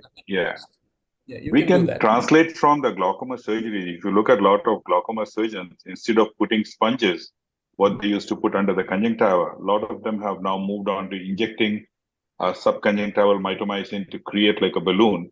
And then they open up and do the trab, and they feel that that gives them a better outcome. And they use a slightly stronger concentration than what it's been recommended for pterygium. So if for glaucoma surgery, if it works well, at a slightly more diluted concentration, it should not be a problem as long as the conjunctiva is intact over it. You just inject a very tiny quantity just into the pterygium. So the fibrotic activity of the underlying, the tenons become less, so that when you go and do surgery, just like Geeta mentioned that you apply intraoperatively mitomycin and then wash it off, maybe it has a similar effect. So I think a recurrent pterygium is best left to an experienced surgeon. So for the general ophthalmologist, I think if they have done surgery and the patient has recurred, I think it's important that you refer it to somebody else who can tackle it in a better way, rather than attempt multiple times, because then it makes it much more difficult later on, where you don't have any preoperative information to go and tackle the situation.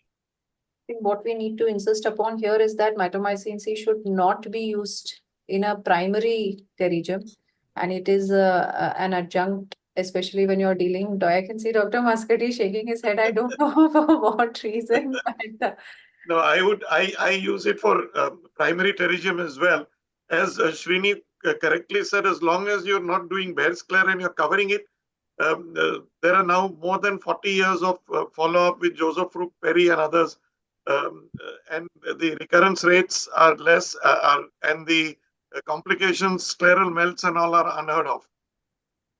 The same Scleral mets happen. Okay, go ahead. Scleral mets happen if you have over-cauterized the area of the pterygium and then you've used mito. So there are multiple insults.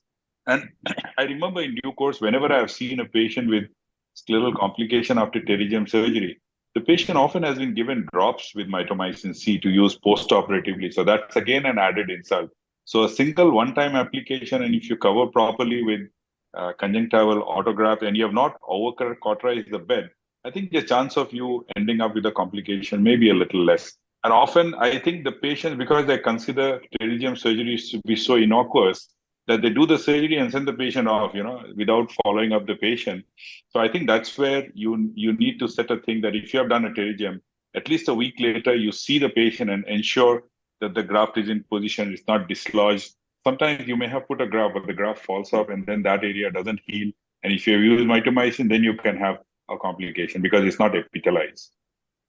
True. I The think same context with mitomycin, if you have an early recurrence that you notice after you've done a primary surgery, be it with a graft or not, there were initial attempts using bevacizumab to see if they could reduce it. That didn't really work, drops and injections. But there are reports of using 5-fluorouracil injections in the area of the recurrence to get it to go away. So you can salvage an early recurrence after a surgery by using 5-fluorouracil, and there are reports that say that it's quite safe and effective as well. yes, I have a comment to the previous part that when you harvest the tissue, sometimes for very like one-eyed patients with bipolar pterygia, I have used the conjunctiva from the pterygium body to the other side to cover that area because you don't have any other tissue available, and it also works quite well for those cases. You only thing is you have to reverse that conjunctiva and make sure that the other area goes to the limbus and the limbal area goes to the other. But you can use the conjunctiva from the pterygium body as well to take care of the that bare sclera. The only caveat there is you have to take a fairly large piece. You have to go well above and below the body of the pterygium and excise a rectangle. If you just limit it cautiously to a very conservative excision over the body, it will often shrink because this is abnormal conjunctiva and then you won't have enough. True.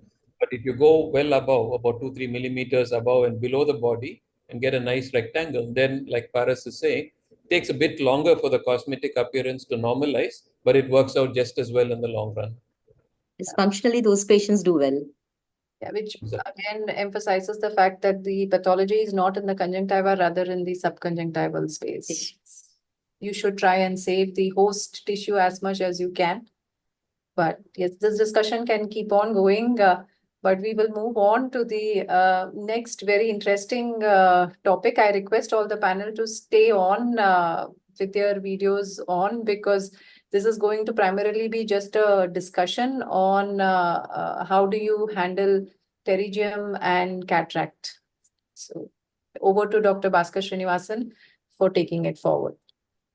So I'll just share my slide.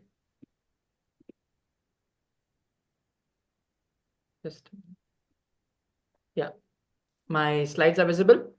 Yes, Bhaskar, go. So some of the pictures in the presentation are from the patients that have had the privilege of treating at SN earlier. So this question has partly been answered by Dr. Srinivas Rao in his talk, but in general, how would you approach whether you would want to do it sequential or you want to do it simultaneously, and what is the average time limit that you would have between a pterygium surgery and a cataract surgery? The panel.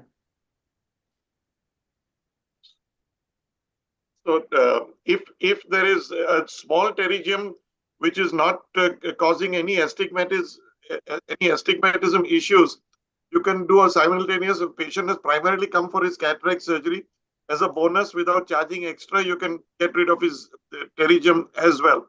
But aside from that, almost every other case, I would go, as Srini says, for a sequential and doing a topo and then waiting till the topo stabilizes and then doing a cataract surgery to get a better outcome.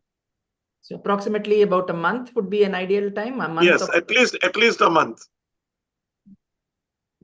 So when you're doing a simultaneous surgery, whether you would want to finish the cataract first or you would want to do the pterygium first and then the cataract? I think we are clear on that. Pterygium first, so that you can get the astigmatism to stabilize. No. During the actual surgery, you would finish the cataract and then do the pterygium, or you would do the pterygium dissection and then do the cataract? I would do the pterygium first, but I guess you could do either way. Dr. Srinivas, you have anything to add, sir? Traditionally, it's always the extraocular procedure first before you go into the intraocular procedure. You don't want to do a cataract and then meddle around with the ocular surface and risk getting something get into the eye through your section. So, like Quresh said, I would always do the pterygium first and do this. But then, if you're going to do this, please remember that you have to be quite good and experienced, because if your pterygium is going to take you 30 to 40 minutes, by the time your cornea is going to be a bit unhappy, you're going to have a pupillary constriction despite good dilatation. So, your cataract surgery will become more challenging after creating the surface. So this is something best left to somebody who's good at both procedures, who's quick, and who's done this before. It's not something you want to attempt as a novice. The IOL calculation, if you're doing a sequential, if you're doing a simultaneous pterygium with cataract, do you adjust your IOL in any manner? Actually, there's no way you can, because once you remove it, you're going to have an unpredictable reduction in your astigmatisms. If you're looking at any degree of accuracy, you're not going to achieve it.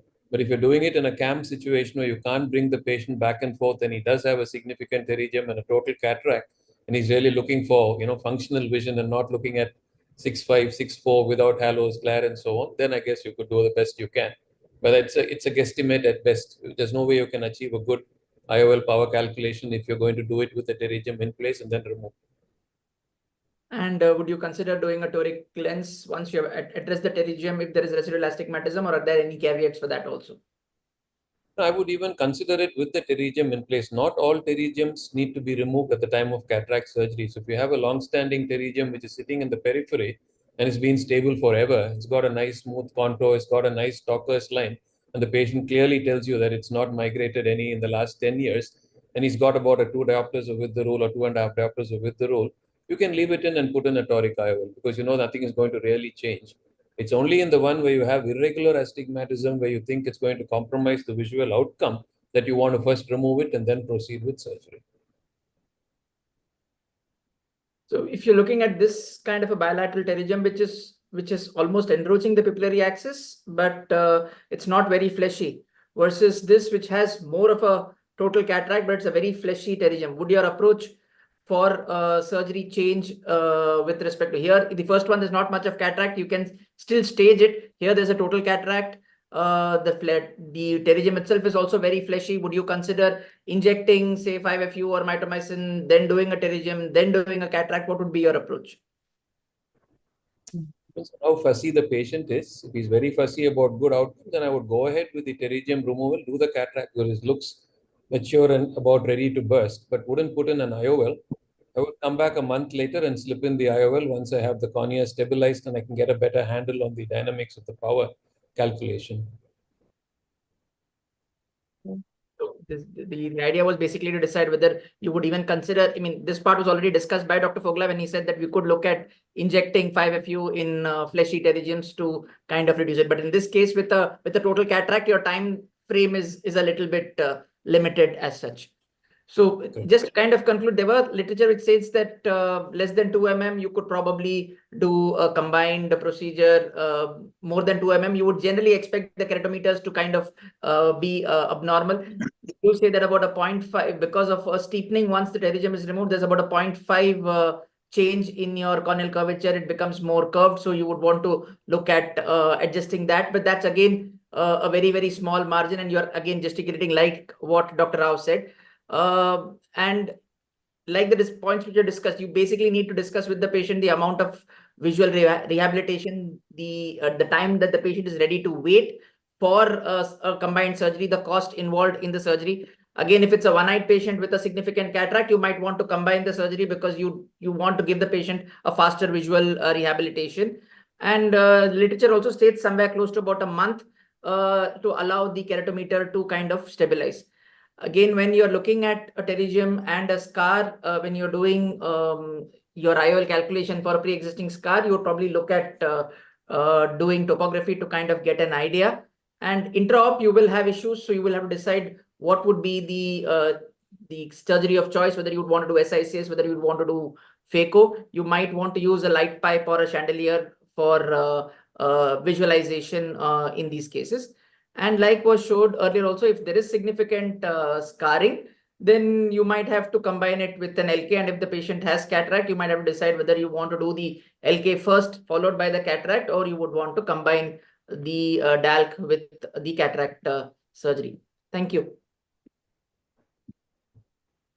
So I think Yeah, just one more point. Sometimes in these kind of scenarios, I have also done.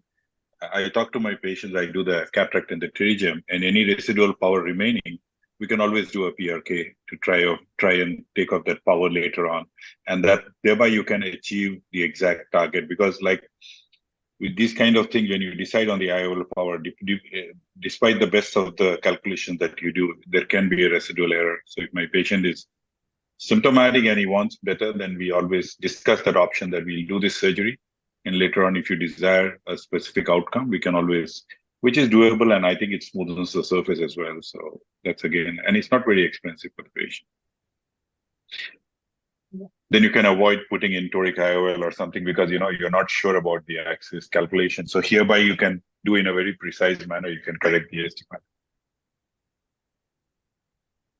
So you'll be looking at doing a PRK for these patients so that even the anterior haze kind of gets a little bit reduced, topo guided if you have a little bit of irregularity. Yeah, you can do topo guided, but primarily it's any kind of more of the astigmatism part if it is remaining, because people nowadays look for premium lenses and they want the best of outcomes. So if you want to do that in terms of choosing a lens, maybe using something like an iHands or a Clarion with a little bit of extended depth of focus can be helpful as well, because if you're not exactly on your target, they're less symptomatic. But yes, having an option of doing a laser treatment definitely makes it easier for you if you have a dissatisfied patient. We've got several inputs on multi-dimensional approach to a patient who has combined pterygium and cataract. Very interesting points, and patients are very demanding nowadays. yes, they go to various places and they have everybody wants, despite what posterior segment pathology have, the only thing they know is, can I have a trifocal? Can I have a EDOF lens? So that's what, so takes up a lot of chair time. true. So for some reason, I'm not able to open. Dr. Rishi had sent in his video. He was not able to join. So if we have any concluding remarks from anybody in the panel or the chair, I think we've had a very, very interesting set of talks and discussion relating to this very important subject that is seen by all ophthalmologists. And I believe it has been very useful. I would like to thank all the chairpersons, the panelists, my co-moderator, all the speakers, all those who presented such interesting and challenging cases, and the audience. I can still see a significant number of people who are online on YouTube. So thank you. And I would like to thank AIOS once again for having had us all on this Saturday evening to discuss this very interesting topic of pterygium. Thank you. Good night. Have a great Sunday. Bye-bye. Have a lovely weekend. Bye. Thank you. Thank you. You.